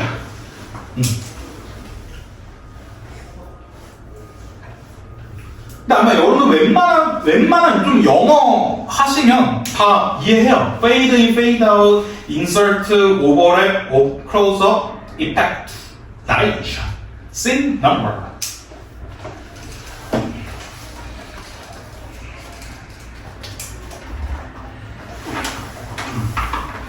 하고 또 뭐가 시험에 나오냐면요, 67페이지 이런 거 나옵니다. 씬 41번에 연출을 어떻게 해야 되는지. 그러니까 여러분이 한번 생각해 보세요. 이미가 이제 주인공이거든요. 어머니가 검사를 하는데 그 검사 결과를 바라보는 남편과 의사의 표정이 어두워. 그럼 여러분 딱 느끼게 무슨 느낌이겠어? 아내 이미의 병이 심각하구나 라는 걸 느낄 수 있죠. 그래서 그런 식으로 이미의 병의 심각함을 연출하기 위해서 이제 정철과 장 박사의 좀 어두운 표정을 보여준다. 이런 게 바로 연출 방식입니다. 그렇게 어렵지 않죠. 그 다음에 이거 하나 보시면요, 68페이지에 이 정철이 남편이거든요. 남편이 뭘 하냐면, 내가 뭘 알아? 명이라고 소문난 너나 이제 나 같은 돌팔이 의사가 뭘 알아? 난 위험을 의궤양이라고 냉장은 장염이라고 판정한 것도 있어 라는 식으로 자기가 이제 자조적으로 자신을 비하하는 건데요. 이렇게 비하하는 이유가 뭐냐면 자괴감이나 미안함입니다. 왜냐면 자신이 의사였는데 아내가 암인 것도 몰랐던 거야. 그러니까 그게 한편으로는 미안하고 한편으로는 되게 자괴감에 빠지는 모습을 보여주는데, 이제 여기서 그걸 체크할 수 있고요. 그 다음에 69페이지 보시면 장 박사와 정철이 이제 갈등이 일어나는데, 정철은 이제 남편은 수술을 원하고요, 장 박사는 수술보다는 그냥 삶을 잘 마무리하는 게 좋다, 오히려 수술하면 몸이 더 힘들다 해가지고 수술이 이제 갈등의 원인이다 라는 걸 얘기하고 있고요. 그 다음에 70페이지 시나리오 구성란, 이 구석에 있는 거 얘도 꼭 기억해 두세요. 이거 시험 문제 나옵니다.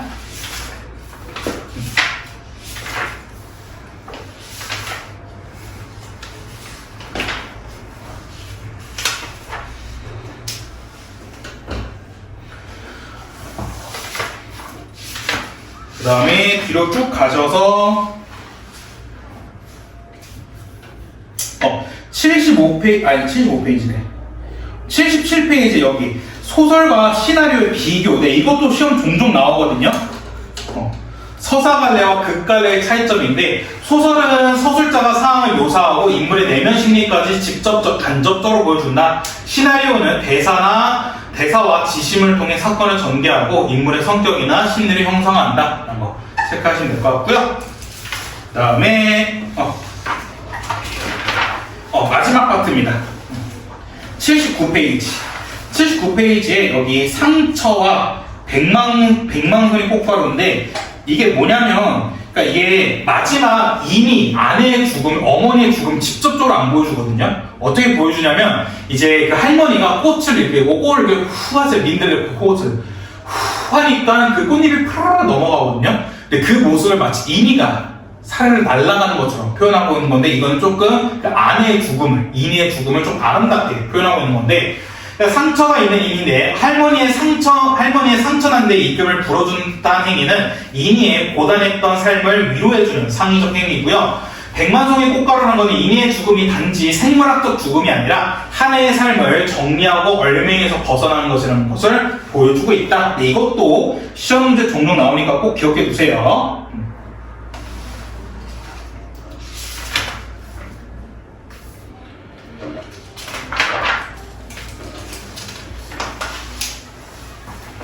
자, 그 다음에 쭉 가셔서 동막골입니다.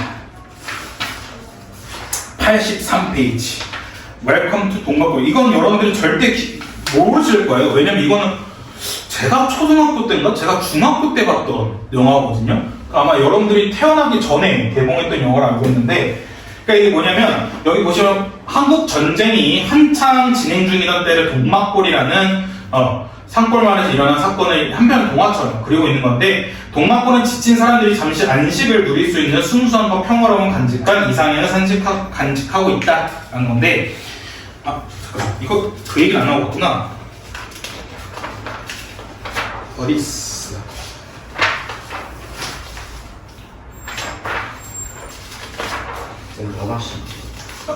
조금만 들려주면 안 될까요? 그러니까 이거는 웰컴 투 동막골과 관련된 내용인데, 이거는 그 동막골이라는 지역에 한국군이랑 북한군이 같이 모이게 된 겁니다. 모이게 됐는데 동막골은 정말 산골이 있어서 전쟁이 난지도 몰랐던 거야. 심지어 이 총이랑 그 수류탄 같은 거 몰랐던. 그래서 그냥 거기서 한국군이랑 북한군이 서로 같이 잘 지내면서, 거기서 이제 얘네들이 이 서로가 나쁜 사람이 아니었구나 하면서 같이 지내게 되는데, 근데 여기에 어떤 미군이 잠깐 도착하게 돼요. 그러니까 미군이 비행기를 날다가 떨어지게 되는데, 그 동막골에서 이제 추락을 하게 돼서 쉬고 있는데, 이제 그 미국에서는 그 동막골이라는 지역이 북한의 기지라고 생각한 거예요. 그래서 자신의 미군을 납치한 줄 알고 그 동막골을 폭격하려고 하거든요. 근데 폭격하려면 이 동막골의 사람들이 다 죽을 거 아니야. 그래서 그 한국군이랑 북한군이 그 동막골에서 멀리 떨어진 곳에 마치 동막골 같은 가짜 동막골 마을을 만들어요. 그래서 거기가 마치 동막골인 것을 만들어가지고 미군이 거기를 폭격할 수 있도록. 그래서 거기 폭격으로 인해서 한국군과 북한군이 다 죽게 되고 동막골 사람들은 살아남게 되는 게 웰컴 투 동막골이라는 소설입니다. 그래서 이것도 한번 읽어보시면 될 것 같습니다. 한번 읽어보시면 될 것 같고요. 그래서 웰컴 투 동막골이랑 세상에서 가장 아름다운 이별 같은 경우는 이건 오히려 여러분들이 한번 읽어보시고 그 문제를 같이 풀어보면서 한번 더 얘기하는 게 더 좋거든요. 그럴 때 얘는 같이 보면 될 것 같고, 지금 봅시다. 105페이지. 네, 유전자 토론은 못할 것 같고요. 한국의 정체성만 보시면 될 것 같은데, 일단은 한국의 정체성하고 그 다음에 다음 주에 아마 유전자 할 텐데요. 유전자도 다 읽진 않고요. 주요 부분만 보면서 넘어가고 할 거니까, 그래서 오늘 숙제는 미리 말씀드리면 봉봉, 그 다음에 세상에서 가장 아름다운 이별, 그 다음에 한국의 정체성까지 문제풀이 하시고 토론 파트를 한번 읽어보시는 게 제일 좋습니다. 왜냐하면 토론 파트는 미리 말씀드리지만 정말 그냥 암기를 하시는 게 제일 편해요. 왜냐하면 134페이지 보시면요. 134페이지 보시면 이게 토론의 각자 주장이거든요. 찬성 측과 반대 측의 핵심 주장인데, 이걸 그대로 쓰는 게 시험문제 나왔습니다. 예, 이걸 지금 뜨나? 잠시만요. 어차피 시간 오늘 부족하니까 참여하는 건 그냥 빠르게 보여드리면,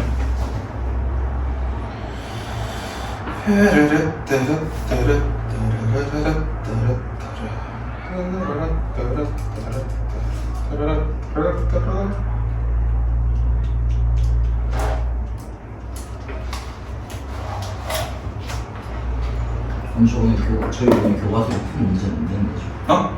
교과서에서 오늘 푼 아니 봉봉 그다음에 세상에서 가장 한비를 아, 봉봉은 그때 저번 주에 반 축제였다가 한 건데 이게 작년 시험이거든요. 근데 이렇게 나옵니다. 서술형 3번. 핵심이 되는 쟁점을 쓰고 찬성 측 주장과 그 근거 2개와 반대 측 주장과 그 근거를 한 개 서술하라 해가지고 쟁점, 주장, 근거, 주장, 근거 이렇게 쓴 게 다 나옵니다. 아, 서술형이 네. 근데 이게 고작 7점밖에 안 되거든요. 그러니까 고작 7점밖에 안 되는데 이게 여러분들 보시기 근데 옆에 본문이 다 있으니까 이거 다 이거 읽고 풀면 되지 않나요? 했는데 이때 문제 수가 총 21문제의 서술형 3문제였거든요. 시간이 되게 부족해요, 여러분들. 생각보다 여러분들 실제 시험장 가시면 아시겠지만 50분이라는 시간이 되게 부족합니다. 50분이라는 시간이 되게 부족하고요. 심지어 이때는 그나마 시간이 널널했던 게 19번부터 21번이 독서였거든요. 근데 독서인데 이게 모의고사 독서짐이랑 똑같이 나왔어요. 그러니까 별형 자체가 없었고 문제도 똑같았어요. 문제도 그냥 이 선지 순서만 좀 달라졌거든요. 선지 순서만 좀 달라졌고 그러니까 문제도 똑같았기 때문에 그나마 쉽게 풀 수 있었던 게 19번부터 21번이었는데 여러분 이번 시험에서는 다 교과서에서 나오다 보니까 이렇게 빠르게 풀 수 있는 문제가 없을 거예요. 그래서 시간이 되게 부족하기 때문에 여러분 이거 보시자마자 그냥 다 써야 됩니다. 따다닥 이렇게. 써서 외우는 게 네, 그래서 토론은 어쩔 수 없이 그냥 외우셔야 됩니다, 정말. 근데 이 전체 내용은 다 외우는 게 아니라 얘가 대충 반대측이 보고 1999년 이게 나왔네? 이때는 이게 무슨 얘기였어? 머릿속에 바로 떠오르셔야 돼요. 그 정도로 여러분들이 암기를 하셔야 되기 때문에 그래서 미리 말씀드린 134페이지 이걸 그냥 다 암기하셔야 됩니다. 암기를 하셔야 되기 때문에 이거는 그래서 여러분들이 미리 꼭 반드시 읽고 오셔야 조금이나마 더 편하게 여러분들이 그러니까 읽고 오셔야 여러분들 편해요. 왜 여러분들 안 읽고 와서 저랑 수업 들으면 뒤늦게 여러분들이 이해해야 되다 보니까 되게 복잡하거든요. 그러니까 차라리 여러분들이 빨리 읽고 오시는 게 더 좋습니다. 자, 그럼 간단하게 빠르게 105페이지 보도록 할게요. 105페이지 보시면 해제부터 보시면요. 그러니까 한국의 정체성에 대해서 얘기하는 건데 이 글은 고유성, 시원, 개성의 개념을 바탕으로 한국의 정체성을 탐구하는 기준을 제시한 글이다. 한국의 정체성이 무엇인지에 대한 성찰이 필요한 사회, 문화적 상황임을 들어 글을 시작하고 이게 제일 중요합니다. 한국의 정체성을 판단하는 기준이 시원이 아니라 개성이라는 건데 여기서 시원이라는 게 뭐냐면 시작이라 생각하면 돼요. 시작.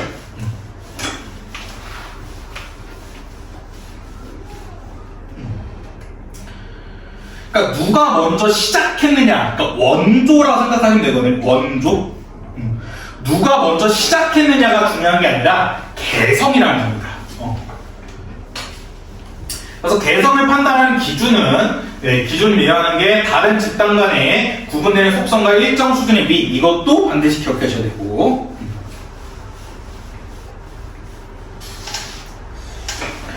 또한 복제품이나 미조품이 개성을 말살시켜 정체성 탐구 기회를 빼앗을 수 있다는 점을 들어 개성과 정체성의 관계를 언급함으로써 한국인의 정체성을 탐구함에 있어 개성의 문제가 중요함을 밝히고 있다. 분석적이며 논증적인 성격을 지니며 예시와 전문가의 의견을 활용하여 주장의 타당성을 뒷받침하고 있다라는 거고 그 밑에 이거 성격 밑에 이거 보시면요 고유성의 판단 기준은 개성이라는 점을 논리적으로 증명하고 있고 필자는 이를 입증하기 위해 프랑스의 포도주와 관련된 사례와 조지훈의 견해를 활용하고 있다. 여기서 말하는 조지훈 씨는 전문가라 생각하시면 돼요. 그러니까 전문가의 견해를 활용하고 있는 거고 또 한국의 개성을 판단하는 기준을 설명하기 위해 한국의 산수와 모창 가수와 차중락의 노래를 활용하고 있으며 위조품의 특성을 바탕으로 복제품 제작과 표절의 문제점을 강력하게 비판하고 있다는 겁니다. 그러니까 이 사람이 최종적으로 하고 싶은 말이 뭐냐면 우리나라 한국의 정체성을 어떻게 탐구할 건지랑 그다음에 그 탐구하는 기준과 더불어서 왜 복제품을 만들면 안 되는지, 왜 표절하면 안 되는지 그거를 강력하게 비판하고 있는 겁니다. 주제 보시면 한국의 정체성을 탐구하는 기준을 얘기하고 있는데 한국의 정체성을 탐구하는 기준으로는 고유성이 있다. 고유성의 판단 기준은 누가 언제 먼저 시작했는 게 아니라 개성이 있는지의 여부다라는 거고, 그래서 따라서 우리가 정체성을 확립하기 위해서는 개성을 가져야 하며 복제품이나 위조품은 정체성을 탐구할 기회를 빼앗아감으로 근절해야 된다 라고 얘기하는 거고, 특징 보시면 특정 개념의 의미를 분석하고 있고요. 개념 간의 관계를 논리적으로 제시하고 있다. 문제를 제기하고 문제는 답을 제시하는 방식으로 글을 전개하고 있고요. 개인의 경험, 구체적 사례, 전문가의 의견을 넣어 주장의 타당성을 뒷받침하고 있는 건데 여기서 이거 하나만 체크하면 되는데 타당성을 뒷받침한다는 내용은 무슨 말이냐면 설득력을 키우고 있는 겁니다.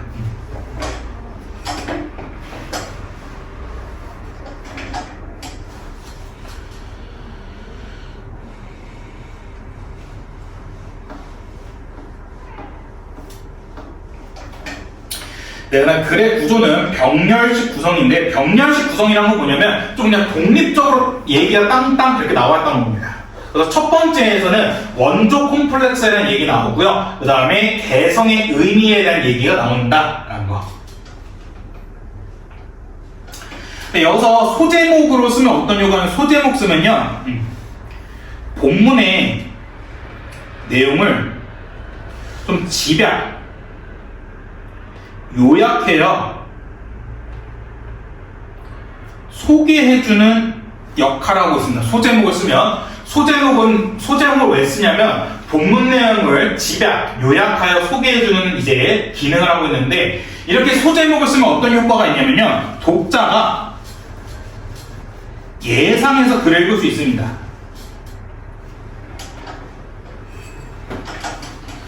그러니까 이게 무슨 말이냐면 지금 여기 첫 번째 소제목이 원조 콤플렉스거든요.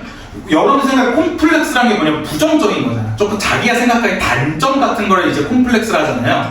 그럴 때 원조 콤플렉스라는 건 뭐냐면 좀 원조를 좀 안 좋게 얘기하나? 라고 이제 생각할 수 있는 게 소제목이고 두 번째 소제목은 개성의 의미거든요. 그럼 우리 딱 이 본문에서 뭐 나오겠어? 개성에 대한 얘기가 나오겠구나. 글을 예상하면서 글을 읽을 수 있기 때문에 소제목이란 거는 독자가 예상하여 글을 읽을 수 있고 본문 내용을 요약하여 소개해준다. 이것도 잘 체크해 두세요. 자, 그럼 이제 옆에 106페이지 갈게요. 일단 한번 쭉 가보도록 할게요. 시간이 좀 많이 부족하긴 하지만 그래도 일단 가볼 수 있는 대로 한번 가볼 테고, 그 다음에 106페이지 들어가기 전 옆에 어구풀이 이거 있거든요. 네, 얘네들은 그냥 다 암기하셔야 됩니다. 네, 제가 수업 때 미리 말씀드렸던 것처럼 이 단어는 그냥 암기 테스트예요. 안타깝지만. 그래서 이 단어는 한국의 정체성과 유전자 토론은 그냥 이런 어휘 문제는 꼭 한 문제 나오거든요. 그래서 고유성의 뜻, 위선의 뜻, 경연의 뜻, 그 다음에 시원의 뜻 이런 거 나오는데 그 중에 제일 나오는 게 경연이었습니다. 경연. 그러니까 여러분들이 생각하는 경연하면 앞에 나와서 뭘 소개해준다 생각하잖아요. 근데 여기서 하는 경연은 내 실력을 쌓우는 겁니다. 그래서 그래서 이때 경연은 요리 경연대회라고 생각하시면 돼요. 사람들이 나와서 요리 갖고 이제 대결하는 거. 자, 봅시다. 원조 콤플렉스 나와 있는데 원조 콤플렉스라는 게 무엇이냐라는 건데 그러니까 시원이라는 게 아까 처음이었죠.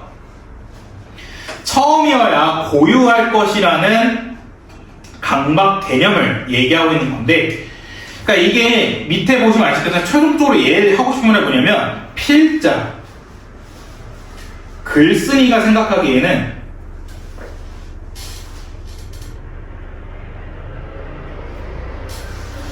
한국의 정체성을 탐구하는 기준이 아니라는 겁니다.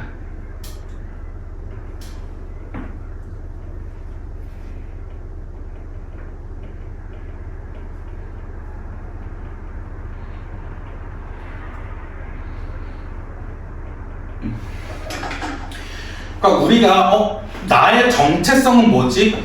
저 사람의 정체성은 뭐지? 이렇게 탐구할 때 원조, 시원, 처음을 따지는 게 아니라 개성을 따져야 된다라고 얘기하는 게 이 첫 번째 문단 이야기입니다. 첫 번째 스토리 이야기예요.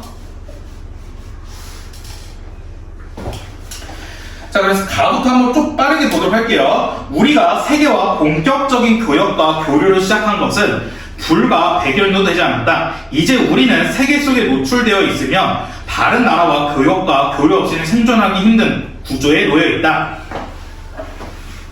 우리가 중국이나 일본 등 인근의 나라를 제외하고 별다른 접촉이나 교류가 없었을 때는 한국적인 것은 무엇인가를 깊이 있게 성찰할 필요가 없었다. 하지만 세계의 변방에서 벗어나 중심에 들어서고 있는 현재의 한국적인 것, 즉 한국의 정체성이 무엇인지를 탐구하지 않고는 세계 속에서 우리를 확립하기는 어렵게 되었다는 겁니다. 그러니까 여러분들 그 생각할 수 있잖아. 아니 뭐 정체성을 왜 따져야 돼? 그러니까 정체성 갖고 왜 이걸 이 얘기를 해야 되는데 라고 물어보면 이 사람이 이렇게 대답하는 겁니다. 이제는 우리가 그냥 일본과 중국, 이란만 교류하고 교역하는 게 아니라 전 세계적으로 세계 중심에 있을 수 있기 때문에 그렇기 때문에 우리는 정체성을 탐구해야 된다라는 얘기입니다. 그래서 여기 이제부터 어렵게 되었다. 이게 바로 이 글을 쓴 목적입니다. 이 탁석산이라는 사람, 이 성함이 되게 어렵죠. 탁석산. 보통 이렇게 이름 지을 때 비울림, 안울림 소리를 이렇게 많이 안 쓰는데 탁석산이라는 사람이 이 글을 쓴 이유가 뭐냐면요.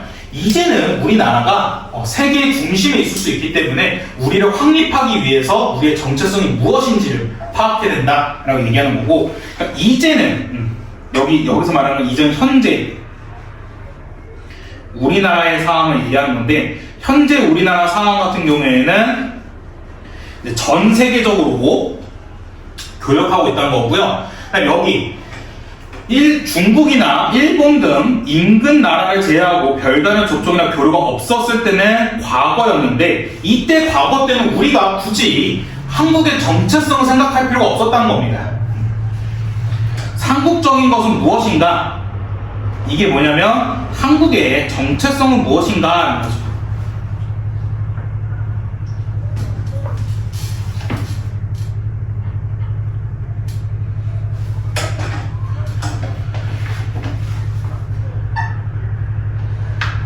그러니까 이거를 조금 더 이해 안 가시면 쉽게 말하면 어떻게 되냐면, 여러분들이 학교 가기 전에 여러분 가족끼리 있었을 때는 그냥 나는 우리 집의 아들이야, 이런 식으로 여러분들 정체성이 확립돼 있었잖아요. 근데 여러분들이 이제 동북고를 갔더니 동북고가 다 똑같은 거야.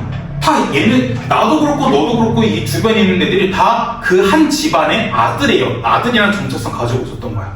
그러니까 저 새끼랑 나도 똑같은 아들이네? 그럼 나의 정체성은 뭐지? 라고 고민을 해야 된다는 겁니다. 여기서도. 그러니까 우리가 옛날에는 한국은 중국과 일본과 교역했을 때는 딱 우리 한국은 이런 거야, 이런 식으로 좀 정체성이 있었는데, 이젠 전 세계로 가니까 거의 한 200여 개 국가들랑 이제 만나게 되니까, 그럼 우리나라 한국적인 것은 과연 무엇일까? 이렇게 한국의 정체성을 생각해야 된다라고 얘기하는 거고, 그래서 그래서 한국의 정체성에 대해서 얘기하는 게 바로 이 글이다라는 거고, 그런데 정체성을 탐구하려면 한국적인 것은 이것이다 라는 판단 기준부터 정해야 된다는 겁니다. 그 판단 기준 중 하나가 바로 고유성이다 라고 얘기하고 있는 거예요. 그래서 가의 내용만 일단 먼저 정리하면요, 가의 서술 방식은 뭐가 있냐면요, 사회, 문화적 배경을 바탕으로